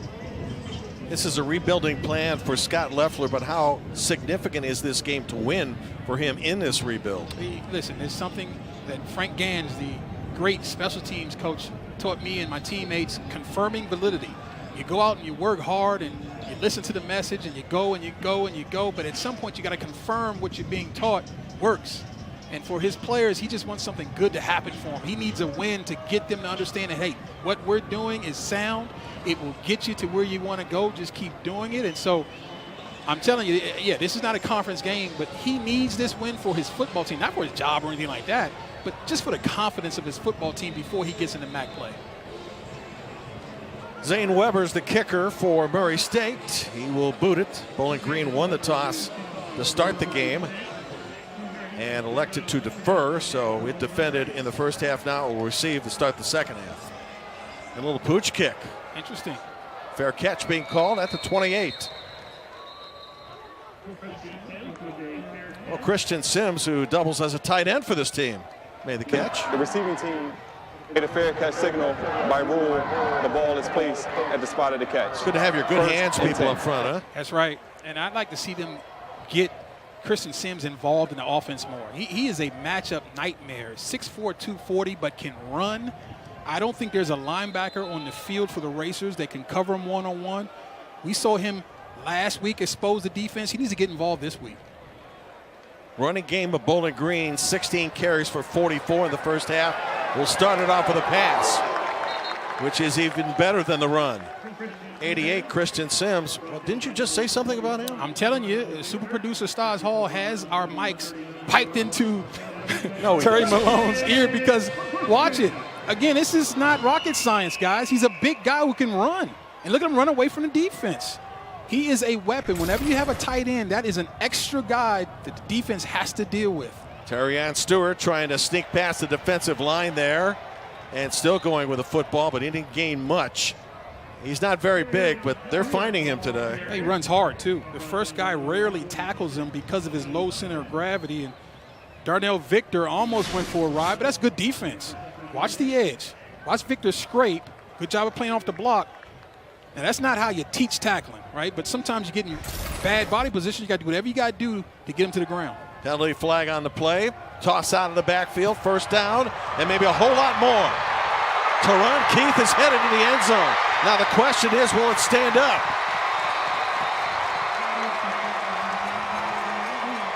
Boy, oh boy.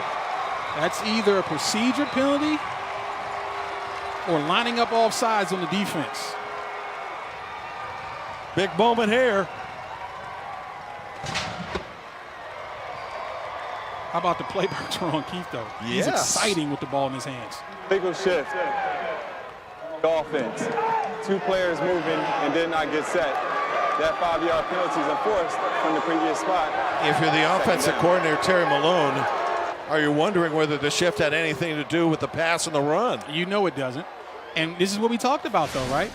The mistakes, pre-snap penalties, unforced errors. And I didn't see the second guy shifting. I saw two different guys moving at two different times, but I didn't see two guys moving at the same time. I'm not sure about that one.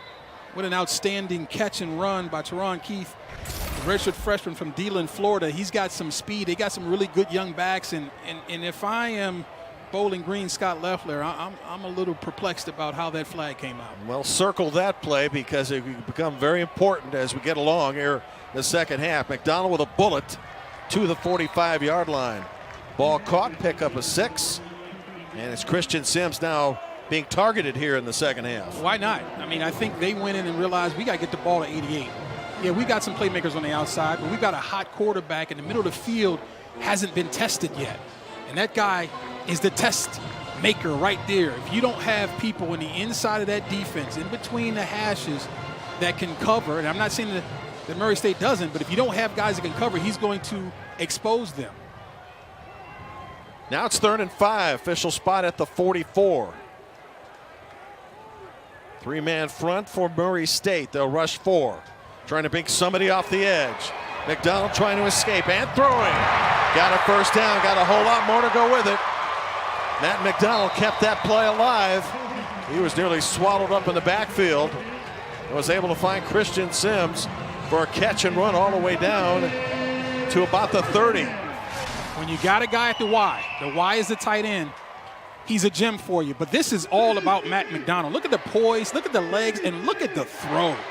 on the run, back across his body, but it wasn't late with it, and he didn't put air under it. Watch him zip this pass. That's how you throw it back across the middle. And number 88, folks, I'm just telling you, he's got NFL ability. They love to run jet sweeps on this team. And this one nearly went to the house. Jalen Embry with perhaps his first carry of the night. From the 30 to the 14 and a pickup of 16. We haven't seen a lot of the jet sweep action, but you're right. They love to run it because it tests the eyes of the defense. And when defenders begin to look around and see a lot, they run slower. And so now you run the jet sweep, and then you fake it off the next play and run the sister play off of it. So right now, the entire playbook is open for Terry Malone, and he's using it. Sending Keith in motion, faking the jet sweep. McDonald throwing out of the backfield. Nice safe pass. Ball caught by Tyrone Broden. They'll spot him inside the 10. So it'll be second down. And there's the sister play we talked about. You're effective with the jet sweep. You get big time yardage for it. Then you come back with the same look. The defense has to respect it. And then you get a positive play on the outside. Right now, the team in white doesn't really know what's coming because the execution from the team in the orange pants. Strong opening drive by the Falcons. Will be faced with a 3rd and 5. Just moments into the second half. Jim, right now, if you're Murray State, yeah, they've moved the ball. And they've made some plays, that really nice plays in the execution, but you got one down right now. You got to play defense for one down, keep them out of the end zone, and make them attempt a field goal against a kicker who, yeah, he hit his last one, but he has struggled, right? Yes. Forcing a field goal is a huge play right now for the Murray State defense.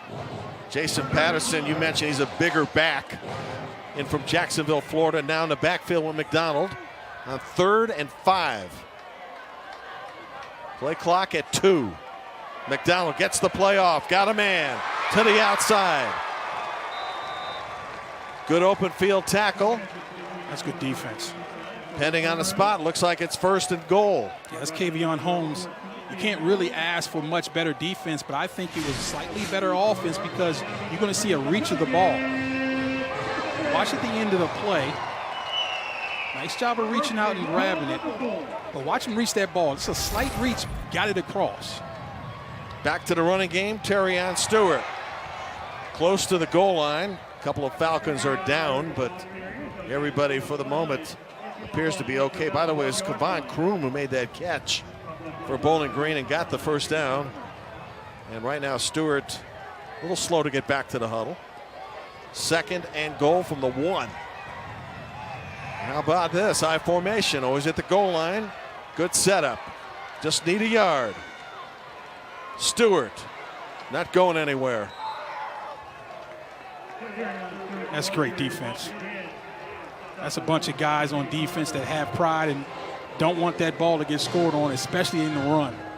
And see, this is where having an offense that runs the football in practice every day gives your defense an advantage. I promise you, they see this every day. They see I formation, they see power running every day. So this is nothing new to play really good, sound goal line defense.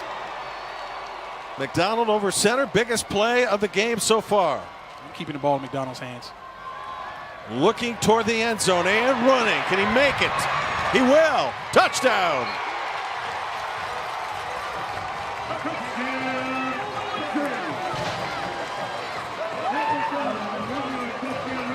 Football can be very simple if you allow it to be. Let your playmakers make the play. Allow number 3 to make the decisions. He's on fire today. Hasn't made any bad decisions. And that's another great one. Faking with the pump fake, but he knew as soon as he got outside, he had no forced defender, that he was going to run that football. Excellent job of decision making by your senior quarterback. Excellent job of play calling by Terry Malone. Don't overthink yourself. Allow your best players to make the plays. Nate Needham with the 17th point. Falcons back on top. Ben McDonald just avoiding the rush of Green, number 47, getting around the edge into the end zone.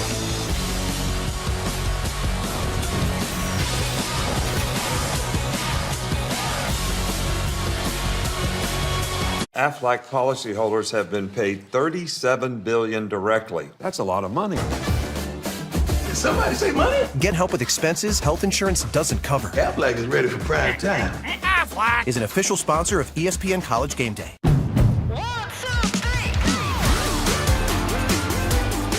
With a Honda in your garage, every summer adventure leads to another.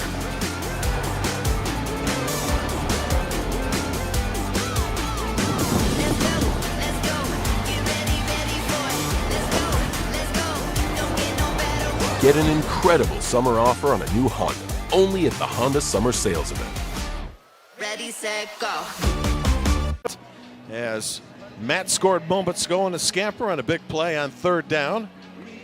Dad, as we mentioned, longtime quarterback at USC, played the National Football League for a number of years. There are 2 quarterbacks on this team that have fathers that play in the NFL. The backup quarterback, George, his dad, Jeff. You were a teammate with him with the Falcons at a number of seasons, including a few with the Indianapolis Colts. And there's a look at Mr. George. Yeah, his dad, I was just a young rookie on the practice squad, but what I saw was one of the great throwers of the football in the history of the league. Jeff George could spin it, and his release, only thing I saw better was my other former teammate, Dan Marino. Other than Dan Marino, the release of the ball and the prettiness of the spiral would be Jeff George in the history of the game. Jaden, by the way, spent a little time in Alabama, now with Bowling Green as a backup quarterback here. He's a sophomore. Falcons have regained a lead 17-10. And this drive will start once again for Murray State from its own 25-yard line. During the break, you were saying how good a drive that was for Bowling Green and how necessary it is when you win the coin toss and elect to defer that you start the second half by scoring. That's right, and it sends a message to your team that we're here to win this game. They're beginning to run the football. You see the play calling is becoming a little more imaginative because the running is working. After the play, unsportsmanlike conduct, number 3 of the kicking team. That 15-yard penalty is enforced from the 25-yard line. That is his first. That counts toward disqualification. And the rule First is, and 10. it's Art Brown, our MAC official and referee. The rule is, as you take a look at Taylor. Why? What's that doing? How is that going to help you win this game? Well, it's got to be on the conversation because he didn't get a push in there. No, but assuming it's number 3. Right, some taunting going on, right? Okay. And they're cracking down on it. Right? Sure. You saw the other team get a taunting call when their offensive lineman. It's silly. You're looking for your first win. You don't need it. That's not going to help. 40-yard line, Jim. Excuse me. Sure. Takes the football from the 25 to the 40. Witherspoon is tackled for loss. Flag on the play. He said that penalties would be an issue in this second half. Unforced errors, silly penalties. The team that executes without hurting themselves is going to have the best chance to win. And right now, both teams are doing a little bit of self-injury here. Bowling Green had 57 yards of penalties in the first half, 30 for Murray State. Holding offense, number 67. That penalty is declined. The result of the play, second down. From the left tackle, Jacob Fry. We thought about the final drive of the first half of Murray State. What a disaster that was. This is not a good start to the second half either. Don't beat yourself. First rule of winning is you can't beat yourself. Well, tennis is not the only game that has unforced errors, right? Right. There are a few here in football, certainly. Rice on first down, setting up an inside screen, and that's going nowhere. Up to make the tackle, number 5, Cy Dabney, who had a strong first half. Yeah, he's been very active.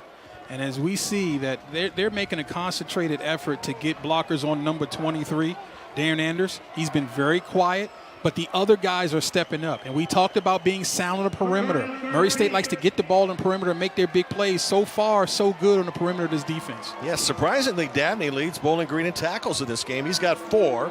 Darren Anders with 3. 3rd and 13. Rice looking for the first down pickup. And is it caught? No, ball dropped. Right in the hands of Malik Honeycutt, who should have had it. That's another unforced error. There's no reason to drop that ball. I love the poise from Preston Rice. Threw a very catchable ball. Good route coming across. He drifted a little bit, but that's fine. Catch that ball.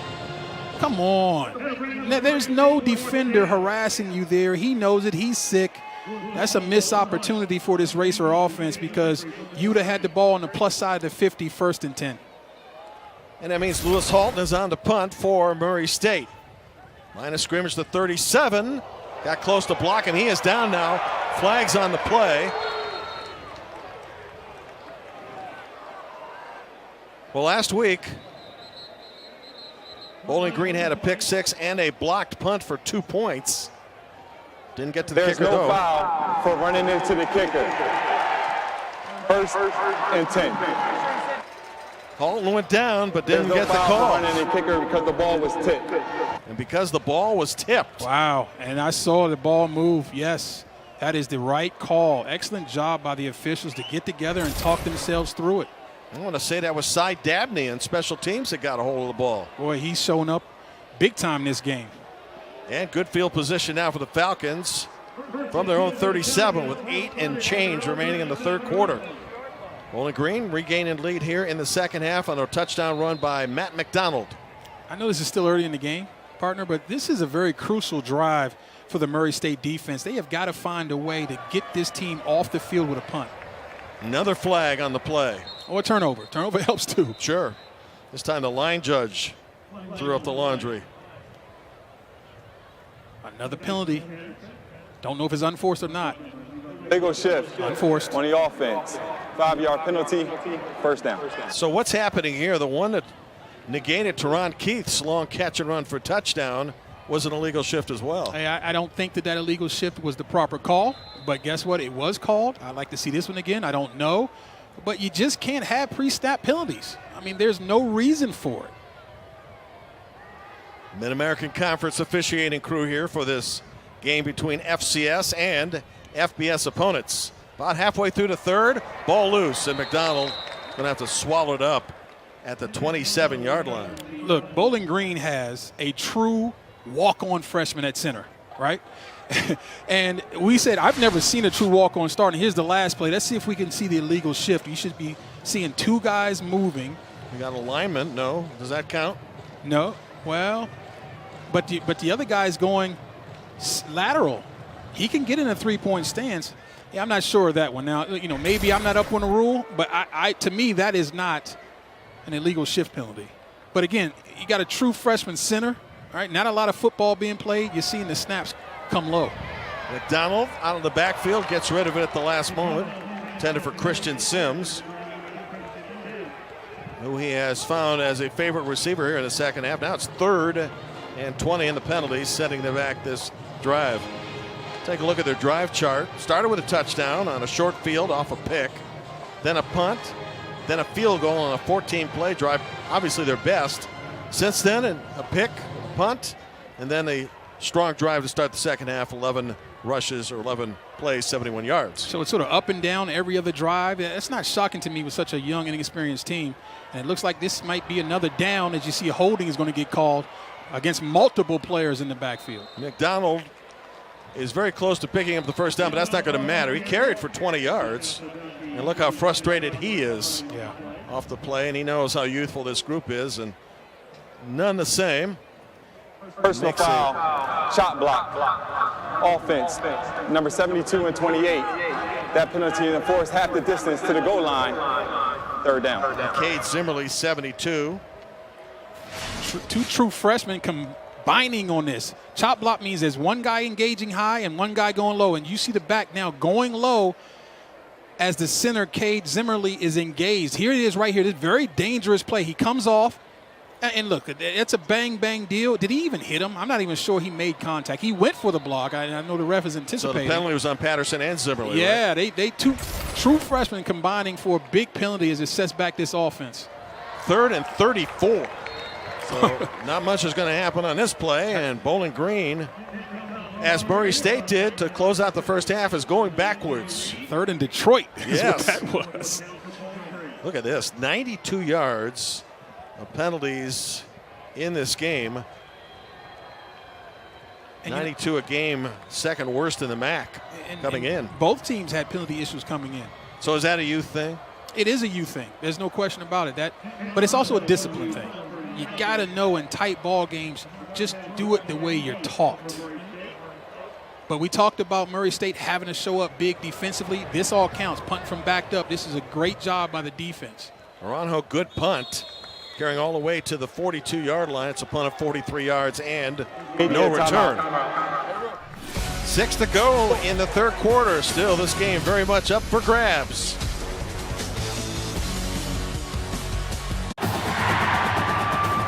How's Sanchez looking? With your QB's increased spin rate, any pass with a launch angle of at least 43 degrees puts Sanchez in the end zone. You a data analyst or something? An investor in Invesco QQQ, a fund that gives you access to NASDAQ 100 innovations like AI statistical analysis software. How am I going to do?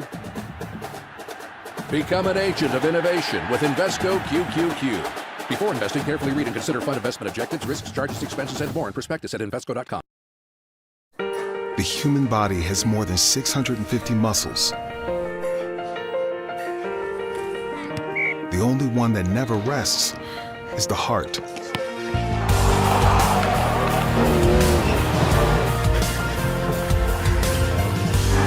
Maybe that's why true courage never rests either. Advent Health is a proud supporter of the incredible inside us all. Came into this game as the leader in touchdowns in rushing in the country. They have held him in check, running the ball 5 times for a yard and 5 of 12 throwing the ball. I wonder how much Rice will be a factor, though, when we get to the fourth quarter, and will he have to pitch it downfield to have a chance? Well, he's still a playmaker. That hasn't changed, right? And you know, you're still in this ball game. It's only a 7-point game. They're fine. They got outstanding field position. But what an outstanding play by Davon Ferguson on that last one. I cannot let that play go. Ferguson, number 7. This guy is really jumping off your field and making a terrific amount of plays. Such an amazing player because, again, he's a special teams player. He's in a return game. He can cover, and, boy, he can support that run.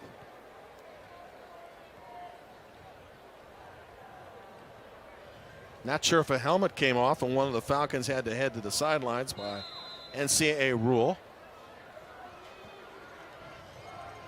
That's the case. That it's the offensive guard, Matt Fortner. Check that Anthony Hawkins, defensive lineman. Well, look, I mean, they had an opportunity with this field position, and they're not taking advantage of it. Now you're looking at 3rd and 10, which is like kryptonite to this offense, but just a little bit off on that out route to your tight end, Jake Satoff, and that puts this team behind the sticks. Rice is now 5 of 13. That's a bit surprising. You give a lot of credit to Eric Lewis. They knew who they had to contain coming into this ball game. They've got some playmakers. There's no question about it. But this offense starts and ends with number 5, and they've done a great job of containing him. Rice going to be short of the sticks, even if the ball is caught, and it is in midfield.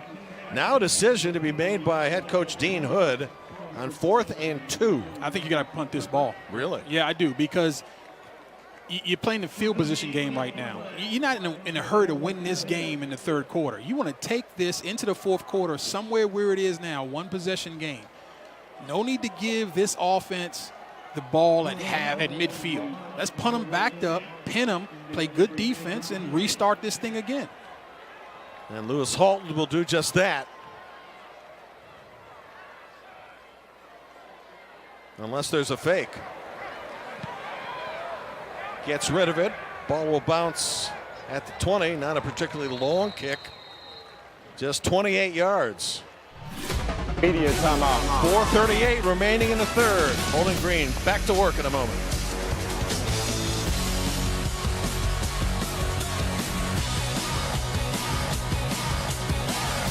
Aflac policyholders have been paid $37 billion directly. That's a lot of money. Did somebody say money? Get help with expenses health insurance doesn't cover. Aflac is ready for prime time. Aflac is an official sponsor of ESPN College Game Day.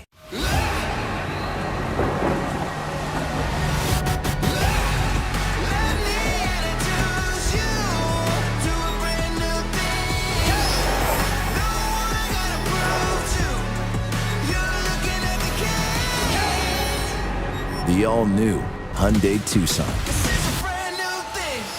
Now, buy the all-new 22 Tucson with 1.9% APR or get up to $500 cash back. Visit buyhyundai.com today. I'll say plethora of games. Partner here will be up in Kalamazoo, Derek Jeter country for Western Michigan. San Jose State. Western with a huge upset today over Pitt. I'll see Central Michigan against FIU. Back to live action, and McDonald with a rocket with a pickup 11 and a first down to bench, I believe. Or is that Broden? Yeah, it's that's like Tyrone Broden got it. I mean, he really reached out and got it. That's that catch radius we were talking about. 6'4", 200-pound sophomore with long arms. He's got a really bright future. That's great execution right there on the slant. Or post, excuse me. Yep, and to the 33 of the Falcons, protecting a 7-point lead. McDonald looked to his left, throws, got a man wide open.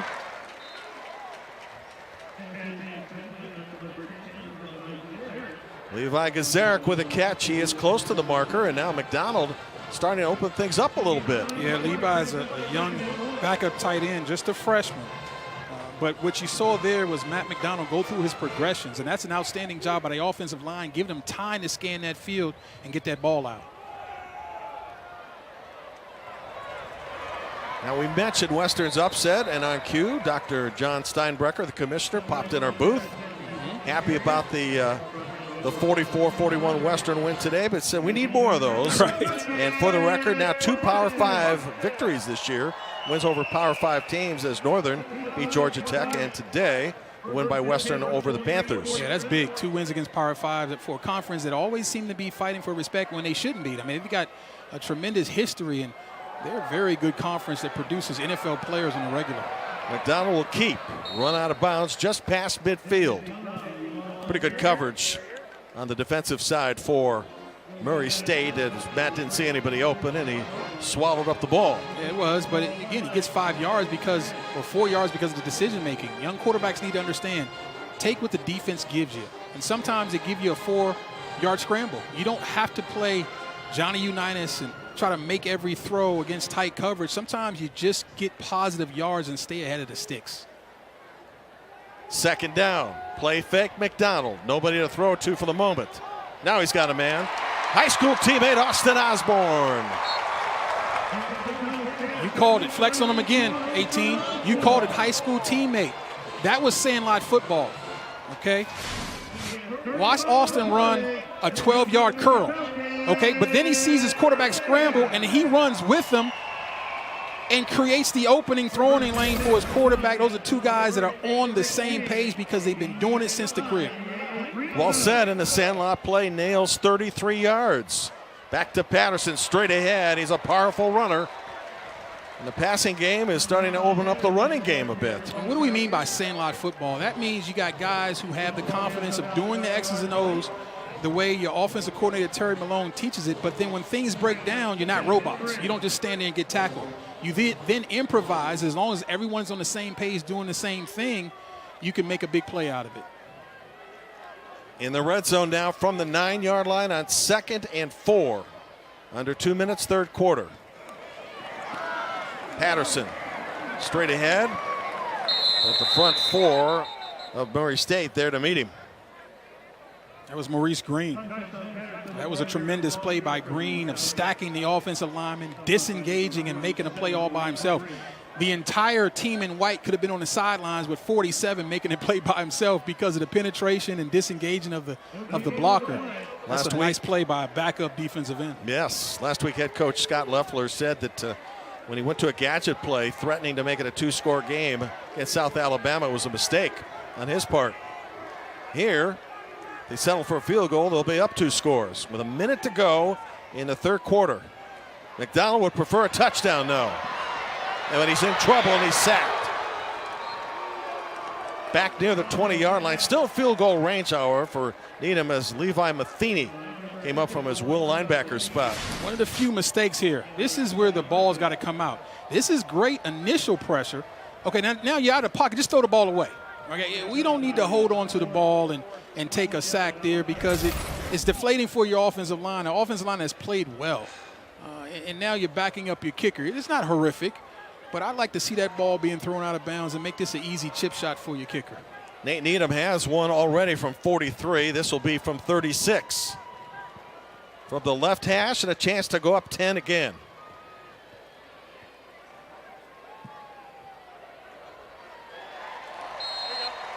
So with just a handful of seconds remaining in the third quarter, back to a 2-score lead.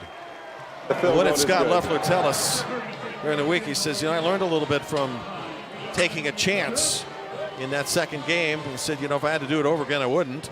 And of course here, they settle for the right call, line up a field goal, and now they're back by 2 scores. Well, to me, that's a sign of a really good coach who can admit his mistakes, because I guarantee you, if he said it to us, he probably said it to his players. And when you, as a player, when you hear your coach be honest and vulnerable with you like that, that just brings the team closer. It makes you trust him. It's not him against us. We're in this together. So I appreciated hearing that from as a former player, because it resonated with me. But, those are things you learn from, right? He's going to get better as a coach. Every game he puts it in his resume and learns from it. This is a game Bowling Green really expects to get, because 2 tough games on the road coming up, then home to Akron, up to the Chicago area against Northern. They'll see down the stretch Buffalo and Toledo and Eastern Michigan. First time today or tonight, a returnable kick. And so with seconds remaining, Racers will start beyond the 25-yard line on the return by Thompson. Murray State's got to get this run game going. Still the third quarter. It's not too late. Everything you do starts with the running game, both with your backs and your quarterback. The offensive line is still big. I guarantee they didn't lose weight, all right, in the halftime locker room. They still have the advantage. Let's get them going again, and then that will start to open things up for you. Rice has had a subpar game throwing it, and he has done nothing running it yet. Last play, third quarter, barring a penalty. And that is a tackle for loss. Darren Anders, remember him? I do. And the tackle tally is starting to mount up. He just hasn't made a whole bunch of impactful plays, but that was one of them. Fourth quarter coming up. Anders, one of the outstanding performers in the first 2 games here on Homecoming's, had a modest afternoon, but Matt McDonald's picked up on offense, and Davon Ferguson, how good has he been on defense?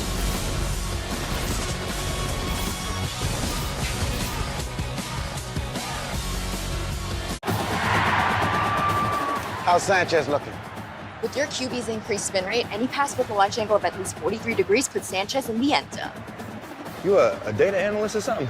An investor in Invesco QQQ, a fund that gives you access to NASDAQ 100 innovations like AI statistical analysis software. How am I going to do? Become an agent of innovation with Invesco QQQ. Before investing, carefully read and consider fund investment objectives, risks, charges, expenses, and more in prospectus at Invesco.com.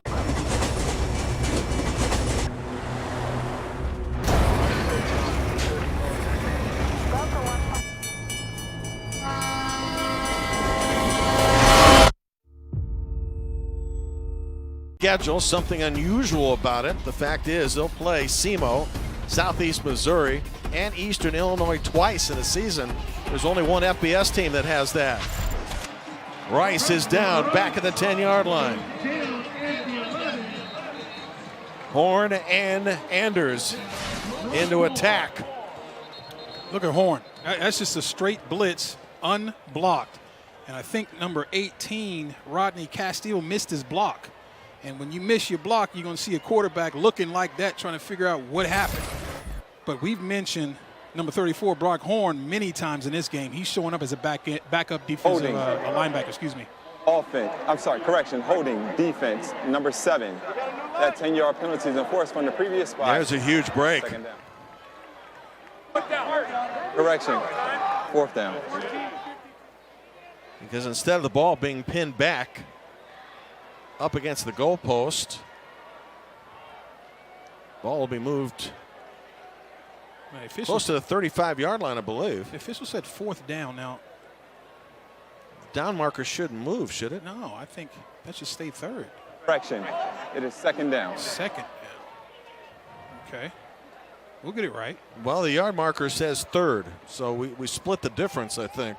I think they were trying to move it forward. And now it's 2nd. Yeah. Okay, well, another penalty, another mistake. both teams continue to make them. So far, Bowling Green has been able to overcome theirs a little bit more than the Racers have. New Mexico State, one of the few teams that's played an opponent twice in a season. When you play Hawaii, I believe you're allowed an extra game. So the season this year in FBS play against Hawaii allows for a game on the mainland or in Hawaii and then back here in the States without counting against your number. Interesting. Third and 1. Huge play here. Yep. Back to the running back. And that'll be enough for a first down.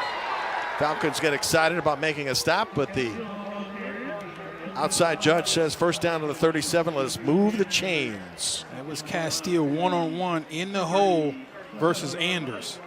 And I'm not going to say he won it because all he needed was about a half a yard. So it's good enough. But the meeting in the hole was nice. A little sugar huddle right there. Yeah. Yeah. Very nice block. Oh, that's a pancake. They'll take that. First down from the 37.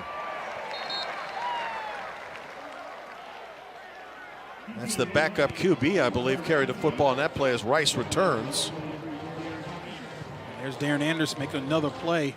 And if he did not make that, there would have been some room to run because the offensive line had pushed that defensive line off the ball, but they didn't get off onto Anders, and he comes up and makes the play as he should for just a 2-yard gain. DJ Williams got a yard on the play. He's back to the sidelines. Rice is back in the game with 4 receivers. Ball loose. Rice somehow comes out of it. Still in trouble. Still throws it away. Well, he's living dangerous there with stopping and throwing that ball away after There's the no punt. foul for intentional grounding. The quarterback was outside. Ball made it beyond the line of scrimmage. That's on the quarterback. I think that snap was pretty good. He just sort of muffed the snap, and now it's Sandlot football, and he's lucky there he didn't get hit when he stopped right there. And a smart play to throw it away. Otherwise, he's sacked for a loss of 7 or 8. Yeah, but boy, I'm telling you, that backside was coming. Oh, yes. 3rd and long. Again, we've said it all day. This is not where the Racer offense wants to be. Let's see if they can find a way to convert this. Must get the football to its own 47. Into coverage. Double coverage broken up. Well, it was an almost. Pretty good throw into coverage. Watch him get him over the underneath defender into the hands of the receiver, but watch Dabney come back and knock that ball out. As a DB, you have to finish the play. Separate the ball from the wide receiver. Look at that. Great job by Dabney by not going through the receiver's back, going over the top and knocking that ball down. How about the stretch by 21 Marcus Shepard, too? Yeah, he got his hand on it as well. And it still was really good concentration by the receiver, Brooks, but better play by the defense. Another penalty. Sometimes the penalties resemble a first season game Ball start. as opposed to week Offense, 3. Number 19, that 5-yard penalty. Dean Hood, the head coach of Murray State, would like an explanation. He's not buying it. And he's talking to the referee now, Art Brown. Well, they had 8 penalties last week against Cincinnati, and I mean, certainly you won't make an excuse, but Cincinnati is an excellent ball club, right? And they got a lot of athletes, and sometimes when you're outmanned, you're going to see more penalties, but this penalty thing is an issue for both teams. Sure. Good punt, though. Inside the 20. Falcons with the football, protecting a 2-score lead with 12:39 remaining in the football game. Embry on the return, and now Bowling Green could use a long drive to ice the game. Media timeout. Aflac policyholders have been paid $37 billion directly. That's a lot of money. Did somebody say money? Get help with expenses health insurance doesn't cover. Aflac is ready for prime time. Aflac is an official sponsor of ESPN College Game Day. Celebrating 35 years of performance with our most thrilling lineup. Don't miss limited time offers at the Acura Summer of Performance event going on now. Visit your local Acura dealer for attractive offers on the RDX.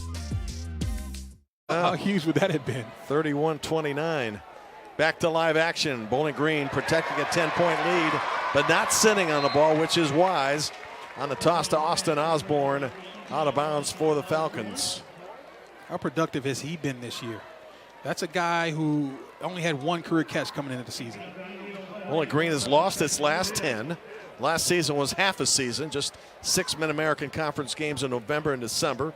Went winless there, so you have to go back to November 2nd of 2019. And if you're planning to rebuild a program, this is one that Scott Loeffler's got to get. You need it. You need it at home. Homecoming.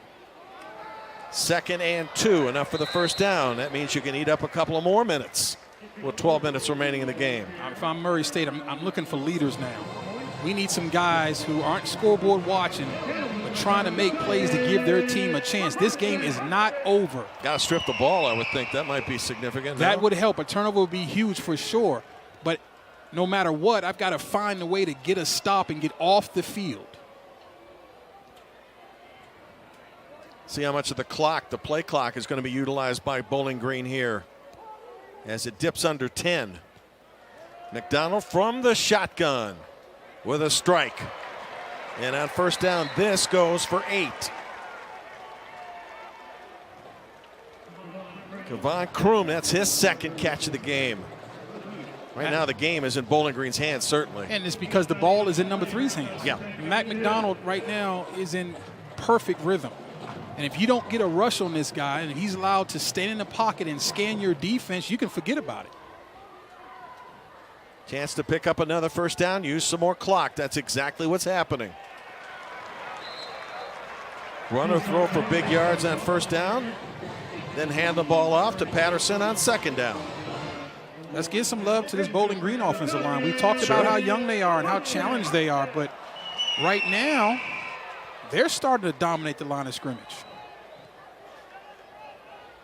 And the payoff, the potential of a victory is under 11 minutes away. Heartbreaking loss last week. Loeffler said felt like I lost the Super Bowl. Yeah. It's win or death. That's all it is in football. Sure. McDonald, short, safe pass underneath coverage. As good as a run, good for 4. More importantly, clock keeps moving. You're right. You called it. It is as good as a run. Very safe. And the crossing routes for that guy, 18, has been there all day. We watched him run across the field open with accurate passes. Austin Osborne, again, he played at Mission Viejo, California in high school with Matt McDonald. Back to the run, that's a first down. That's a whole lot more for Embry.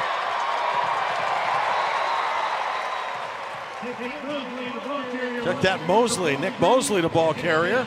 And Mosley carries down to the 22. Watch the hole. Watch it open up for him. Look at the trap block. Yeah, look at that. I mean, there it is. There's no defender.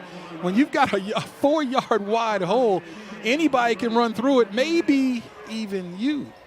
No. No? I don't know. I appreciate the love, though. I like your honesty. Yes. Going to be a timeout called right here by Bowling Green with 9:16 to go. Very much in command right now. Timeout. Just outside the red zone and up 10, trying to win for the first time in a couple of seasons.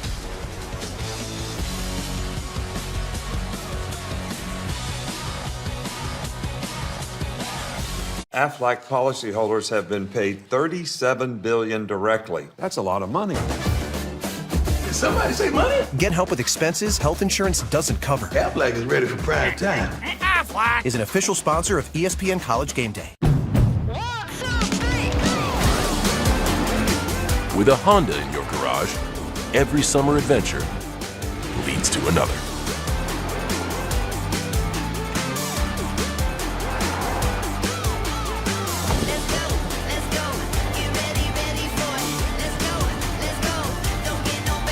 Get an incredible summer offer on a new Honda, only at the Honda Summer Sales Event. Ready, set, go. The deal, McDonald with a fake out of the backfield. Nice safe pass to who else? Austin Osborne. Boy, he's been great. He's been great catching the football today, but the bootleg action has been a tremendous play because they have yet to solve that problem. They're faking the run, bring the bootleg, and a lot of times you bring a tight end out to catch that, but that's your receiver with speed, and he's got 6 catches for 52 yards. Not a lot of yards, but, man, very productive with the receptions. Lots of good, safe calls here, and they're throwing on first down, running on second. Moving the chains again. It'll be first and goal, and a touchdown here is going to seal the deal. We talked about football being a game of attrition. Number 28, Jason Patterson, is the 3rd string running back. I mean, that's at least 4 backs who've carried the ball. That wears on your defense. There's quality depth in that FBS roster, and it's rearing its head right now. Doesn't feel like a 3rd string running back, does he? Or No. look like one? And he's a true freshman. At 6 foot, 215 pounds, he's got a bright future himself. Look at that body. Hasn't even had an off-season workout under his belt, right? He's just going to get bigger, stronger, and faster. Look at the offensive line. That's a great job of coming off unblocked. The blitzer there off the edge, number 37, Lawan Powell. And so you're seeing now Murray State try to blitz to stop the run because their defensive line is getting handled up front. Well, we thought if any O-line might make the difference in this game, it'd be Murray State, Right. not Bowling Green because of its youth. Right. Off the high snap, quarterback keep. Brings up a 3rd down. If they have to kick a field goal, it's not a killer. It would bump the lead to 2 touchdowns, but still a 2 touchdown possessions. and an extra point. Yeah. And the Racers would have to score 3 times to have a chance. And so we've seen Dylan Sanders, the defensive coordinator for the Murray State Racers, get aggressive in the red zone, and I like it because he knows how important it is to keep Bowling Green out of the end zone in this possession. Another play fake here, maybe? Yeah, I mean, whatever it's going to take to keep the ball in number 3's hands. I like getting him on the perimeter with a run-pass option, but it's no need to do anything spectacular. There it is on the edge. Got a man wide open. That's a touchdown. Deron Keith has really entered in this game in the second half, and that should do it for Bowling Green.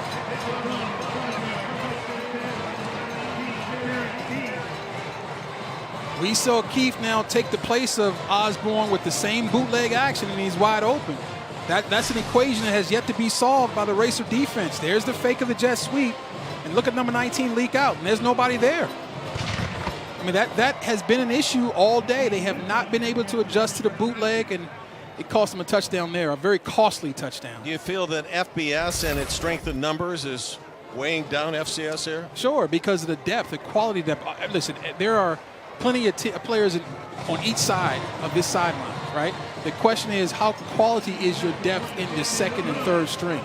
And FBS generally are going to have better quality depth as you get past the first line of starters. Haven't seen a lot of handshakes and celebrations on this sideline in a couple of years, have we? Right.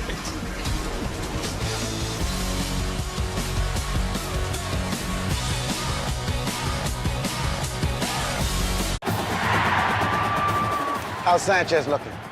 With your QB's increased spin rate, any pass with a launch angle of at least 43 degrees puts Sanchez in the end zone. You a data analyst or something? An investor in Invesco QQQ, a fund that gives you access to NASDAQ 100 innovations like AI statistical analysis software. How am I going to do? Become an agent of innovation with Invesco QQQ. Before investing, carefully read and consider fund investment objectives, risks, charges, expenses, and more in prospectus at Invesco.com.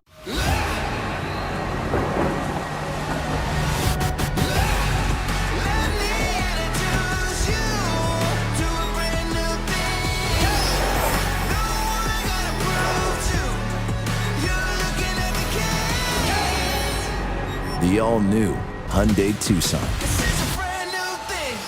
Now, buy the all-new 22 Tucson with 1.9% APR or get up to $500 cash back. Visit buyhyundai.com today.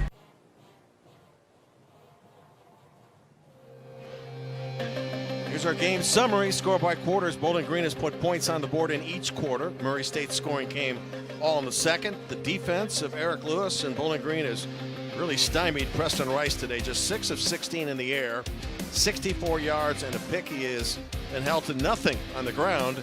And of course, Matt McDonald solid for a second week in a row, 22 of 28 for 221 and a touchdown. And that long losing streak is about to come to an end. Dean Hood's team, unless something improbable happens, they'll regroup with a week off and get ready to go on the road in the OVC. Good open field tackle there before things got out of hand. As Ethan Thompson, number 18, returns. So now for Preston Rice, they got to put the ball in the air. That's a no-brainer, right? I think they do. But you got to be careful, right? I mean, he's not, let's be honest, he's not Matt McDonald. I mean, he's not going to sit back in that pocket and throw you to a comeback. And look at his hit. Whew, boy, right on that knee. I'm glad he held on to that football. I've seen balls come out on lesser hits than that. Every down seems like a passing down now for Murray State. Rice the throw on first down. Clock will continue to move as we dip under 7 remaining in this game. Got to go tempo here. Be smart with the football. Plays coming in from the sidelines with signals. He's reading his armband, but I'd like to see him hurry up a little bit quicker than this. This is no huddle, but I think they can speed it up a little bit more. Yeah, I think it's 2 minute conversion time, isn't it? 2 minute drill. Yeah, because the clock is now an enemy. Rice missed that one. He had it, and he's upset with himself. I would like to see that route. I don't know if he drifted downfield in that route, cut it off, or didn't cut it off sharp enough, but that's a play you got to hit, especially when the team knows you're going to throw the football. You had a nice throwing lane and a nice chance to make that completion on the sideline. Intended for number 2, Malik Honeycutt. Still have a couple of downs to pick up 4 yards. As every down now becomes pretty important. Rice faking, trying to find an open receiver, Honeycutt, and he caught it. Malik Honeycutt, flag on the play. It's likely going to be defensive pass interference. Nice catch by Malik, who had a drop earlier in the game. It was a nice catch, and it was a really good job of improvising as well. We talked about Bowling Green with improvisation. Easy for you to say. Bowling Green with improvisation. But that was a nice job by Rice and Malik, because that was an out route, and when he saw his quarterback scramble, he turned it into an out and up, and that was a really nice ball, getting it up. Personal foul, get it. Face mask, defense number 3. That 15-yard penalty is enforced from the end of the run. First down. That's even better than pass interference, which I thought it was, because that's going to add 15 onto the catch and run. That ball was thrown a little bit behind him, but great job of adjusting to the ball by Malik Honeycutt. That was a face mask and take off the helmet at the same time play. Now the football into Bowling Green territory with 6:19 to go. Ball at the 44. Fresh set of downs for Rice. Flushed down the pocket. Going to throw at the last minute. Ball is dropped. It was a tough catch, though, really, for Rodney Castile, because that was thrown low and at the last moment. Yeah, but guess what? Tough is a part of the deal. This comeback you're trying is very tough. So you're not buying what I'm saying? No, I mean, come on, man. We're trying to get a win on the road against an FBS team, and that was still catchable. I was always told if both your hands hit it, you got to catch it. All right, I'll defer to you there. That might be the first time tonight. Yes. Clock stopping with 6:08 to go. Second down for Rice, in a whole lot of trouble. Now flushed out, going to fire down the field. Got a man, and it got picked off. Dabney came out of nowhere at the last moment. Pick it off for the Falcons. And that should, if it hasn't already, seal the game for Bowling Green. Cy Dabney baited him into that throw. And this is, we talked to Murray State offensive coordinator Ben Hodges. When Rice does get in trouble, what does he do? He tries to do too much. And I know he's trying to make a comeback here, but Cy Dabney's reading that all the way. And what I want from your wide receivers is come back to that ball. Don't stand there and wait for it. This is not high school. Come back and make a play on that ball. They're guys who have scholarships for intercepting the ball. And so you need to give your quarterback a chance by coming back and making a play on that. So, I'll take a little bit off of Rice there. His wide receiver sort of left him out to dry. Football back at the 12 now for the Falcons, and won't do anything special with the football now. just run the ball and force the Racers to use a timeout or two, and now there's a penalty flag on the play.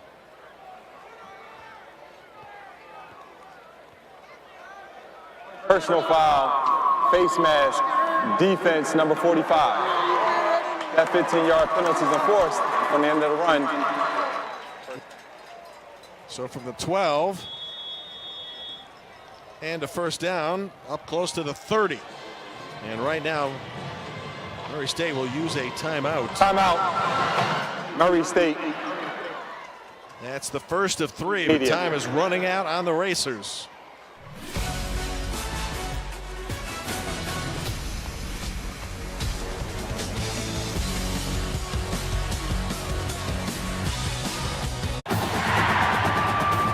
How's Sanchez looking? With your QB's increased spin rate, any pass with a launch angle of at least 43 degrees puts Sanchez in the end zone. You a data analyst or something? An investor in Invesco QQQ, a fund that gives you access to NASDAQ 100 innovations like AI statistical analysis software. How am I going to do? Become an agent of innovation with Invesco QQQ. Before investing, carefully read and consider fund investment objectives, risks, charges, expenses, and more in prospectus at Invesco.com.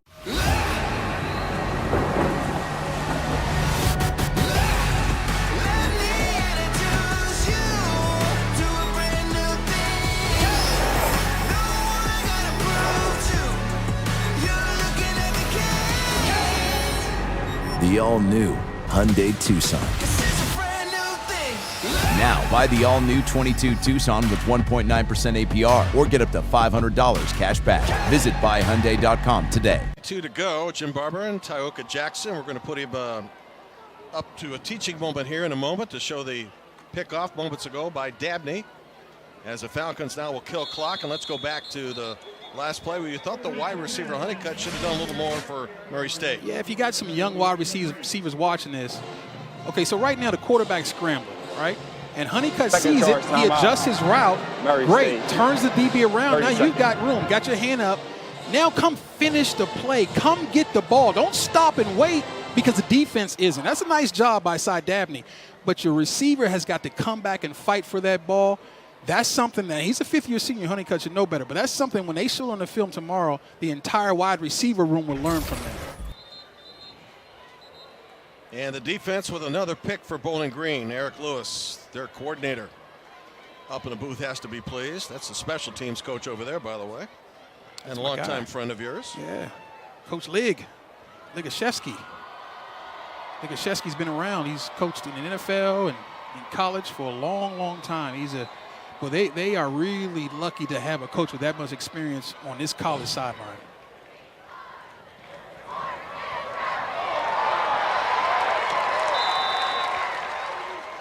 Mosley, who has become an effective ball carrier here in the second half, carries a first down, and the Falcons now, with the Racers with only one timeout remaining, are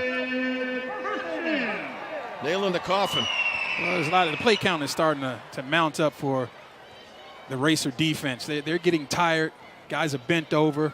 And I tell you right, the Bowling Green offensive line, this is what you love, right? Because everybody knows what we're going to do. We're going to run the ball. You're tired. We're not.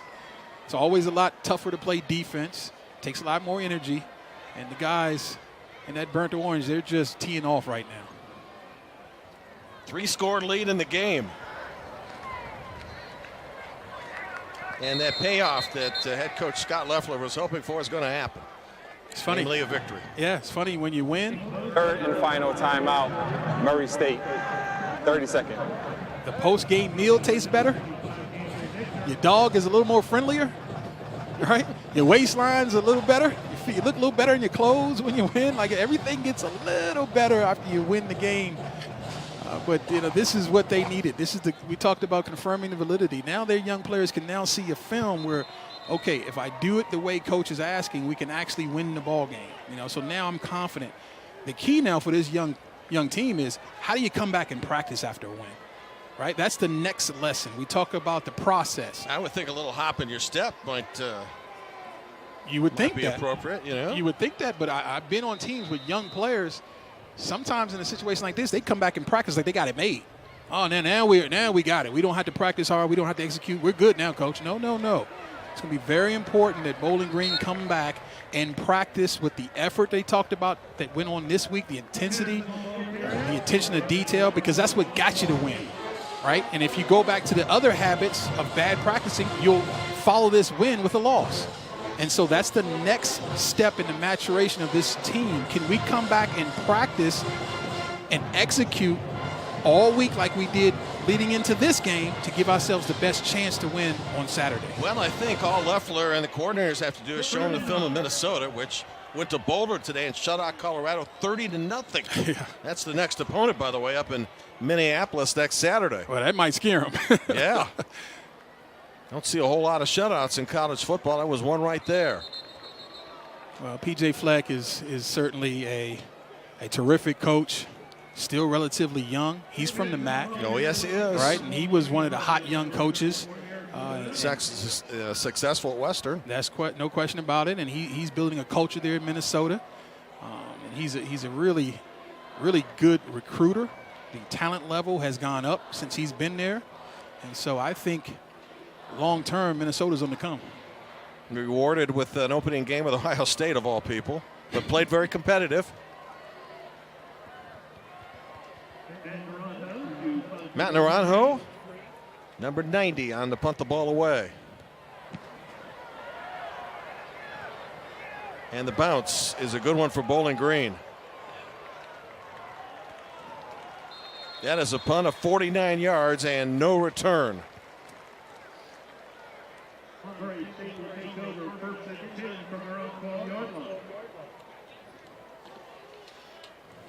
There are some pretty good paydays coming up for both of these programs. And usually when you play an FBS team, there are 6 figures involved in that payday, maybe 7. Murray State will be in Lubbock against Texas Tech next year, then Louisville in 2023. Kentucky and Missouri, both from the SEC in 24, and then the Cats in 27 at Commonwealth Stadium. As this team gets better,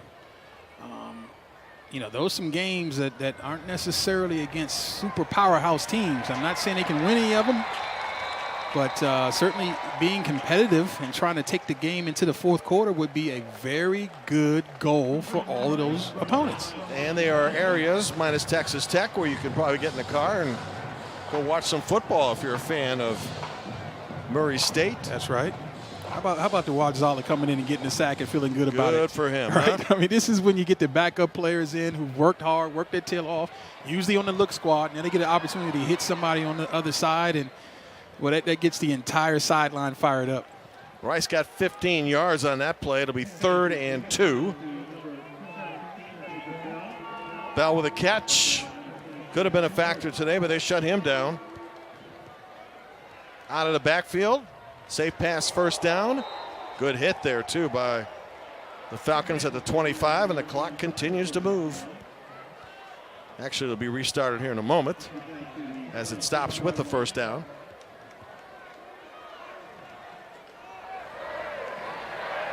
Rice with plenty of time's got a man. That's Honeycutt at the 50. Good throw, good catch. Yeah, it's a deep dig route against what looks to be the backup secondary of Bowling Green, and nice throw, really good hands catch right there. Good chance for Bowling Green to play a lot of people today. That's always important with youth. Now Rice flushed out.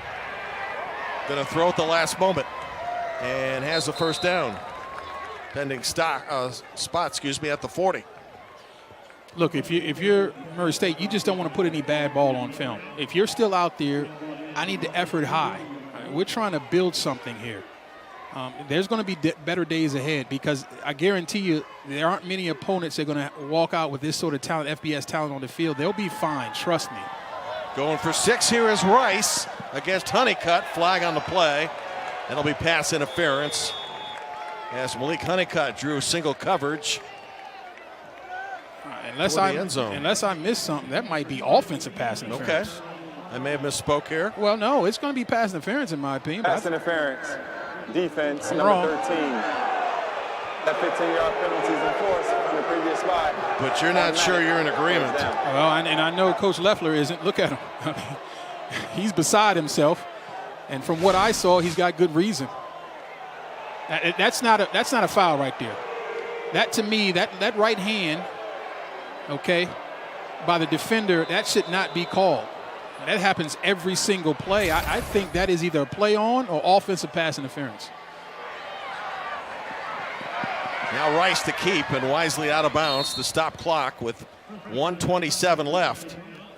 It is so hard to play defense nowadays with all the rules set up for the offense. I know I sound like a defensive guy, right? You're so biased, man. I know it. Hey, listen, but it's true. I mean, you've heard Tom Brady talk about how hard it is to play defense with the current rules in the National Football League. It is tough, man. I mean, you can't touch the receiver. You can't hit the quarterback too hard. And I mean, can't breathe on him, right? It's really tough. I mean, it is set up for offensive play. And so you just got to figure out what they're going to call and adjust to it. From the 21, Rice again flushing out and throwing. Is that a catch? No. Now, Rice has had some room to run the football as well. You wonder if he's going to tuck it and go in one of these plays. It hasn't been his day. I mean, let's just be honest. He's a guy we featured early because he's a playmaker, and he still is. He'll be fine, and they'll be fine as a team. But this has not been their best day. The question is, when they watch the film, what can they learn from it, and how quickly can they move on? You cannot allow an opportunity like this that you miss linger in the next week, because then you'll be licking your wounds as well. Held serve until the second half when Bowling Green took command. It is 3rd and 6, no timeouts left.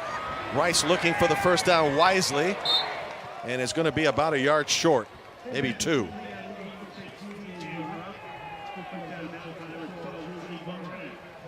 So now it is 4th down.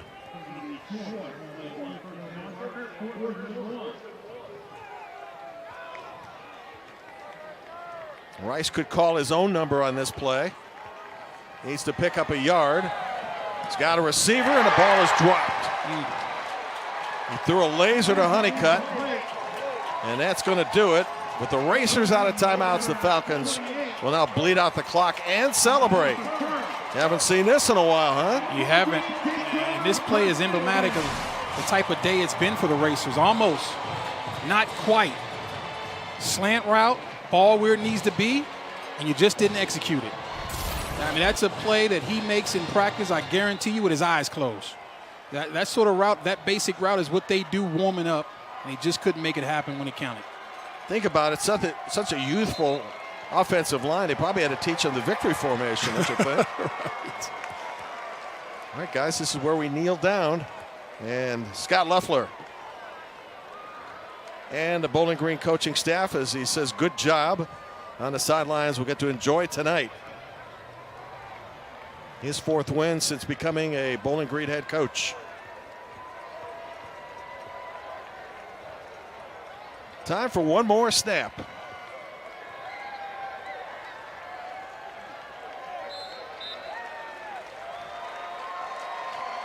And Loeffler earlier in the week said, I want to hear that fight song from our guys.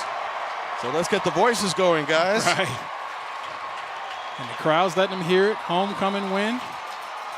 It's got to feel good right now for the guys in the dark jerseys. ESPN's Lee Corso said, you always got to win your homecoming game. That's right. Among other things. That's exactly right. Good effort, though, by Murray State. Just ran out of bodies down the stretch. Well, and also they didn't do a great job of helping themselves when it mattered. This is going to be a teachable moment for learning of the game. Learning how to win a road game against a quality opponent. You can't go on a road and beat yourself with mistakes, drop balls, penalties, unforced errors, and get a win. It just doesn't happen that way, and so they'll learn that. However, I will say, I expect this team to make a tremendous amount of hay, not only in the OVC, but in the FCS playoffs. This is going to be a very good football team come November. Trust and believe that. 10-game losing streak comes to an end for Bowling Green, dating back to November of 2019. They're going to enjoy this one tonight.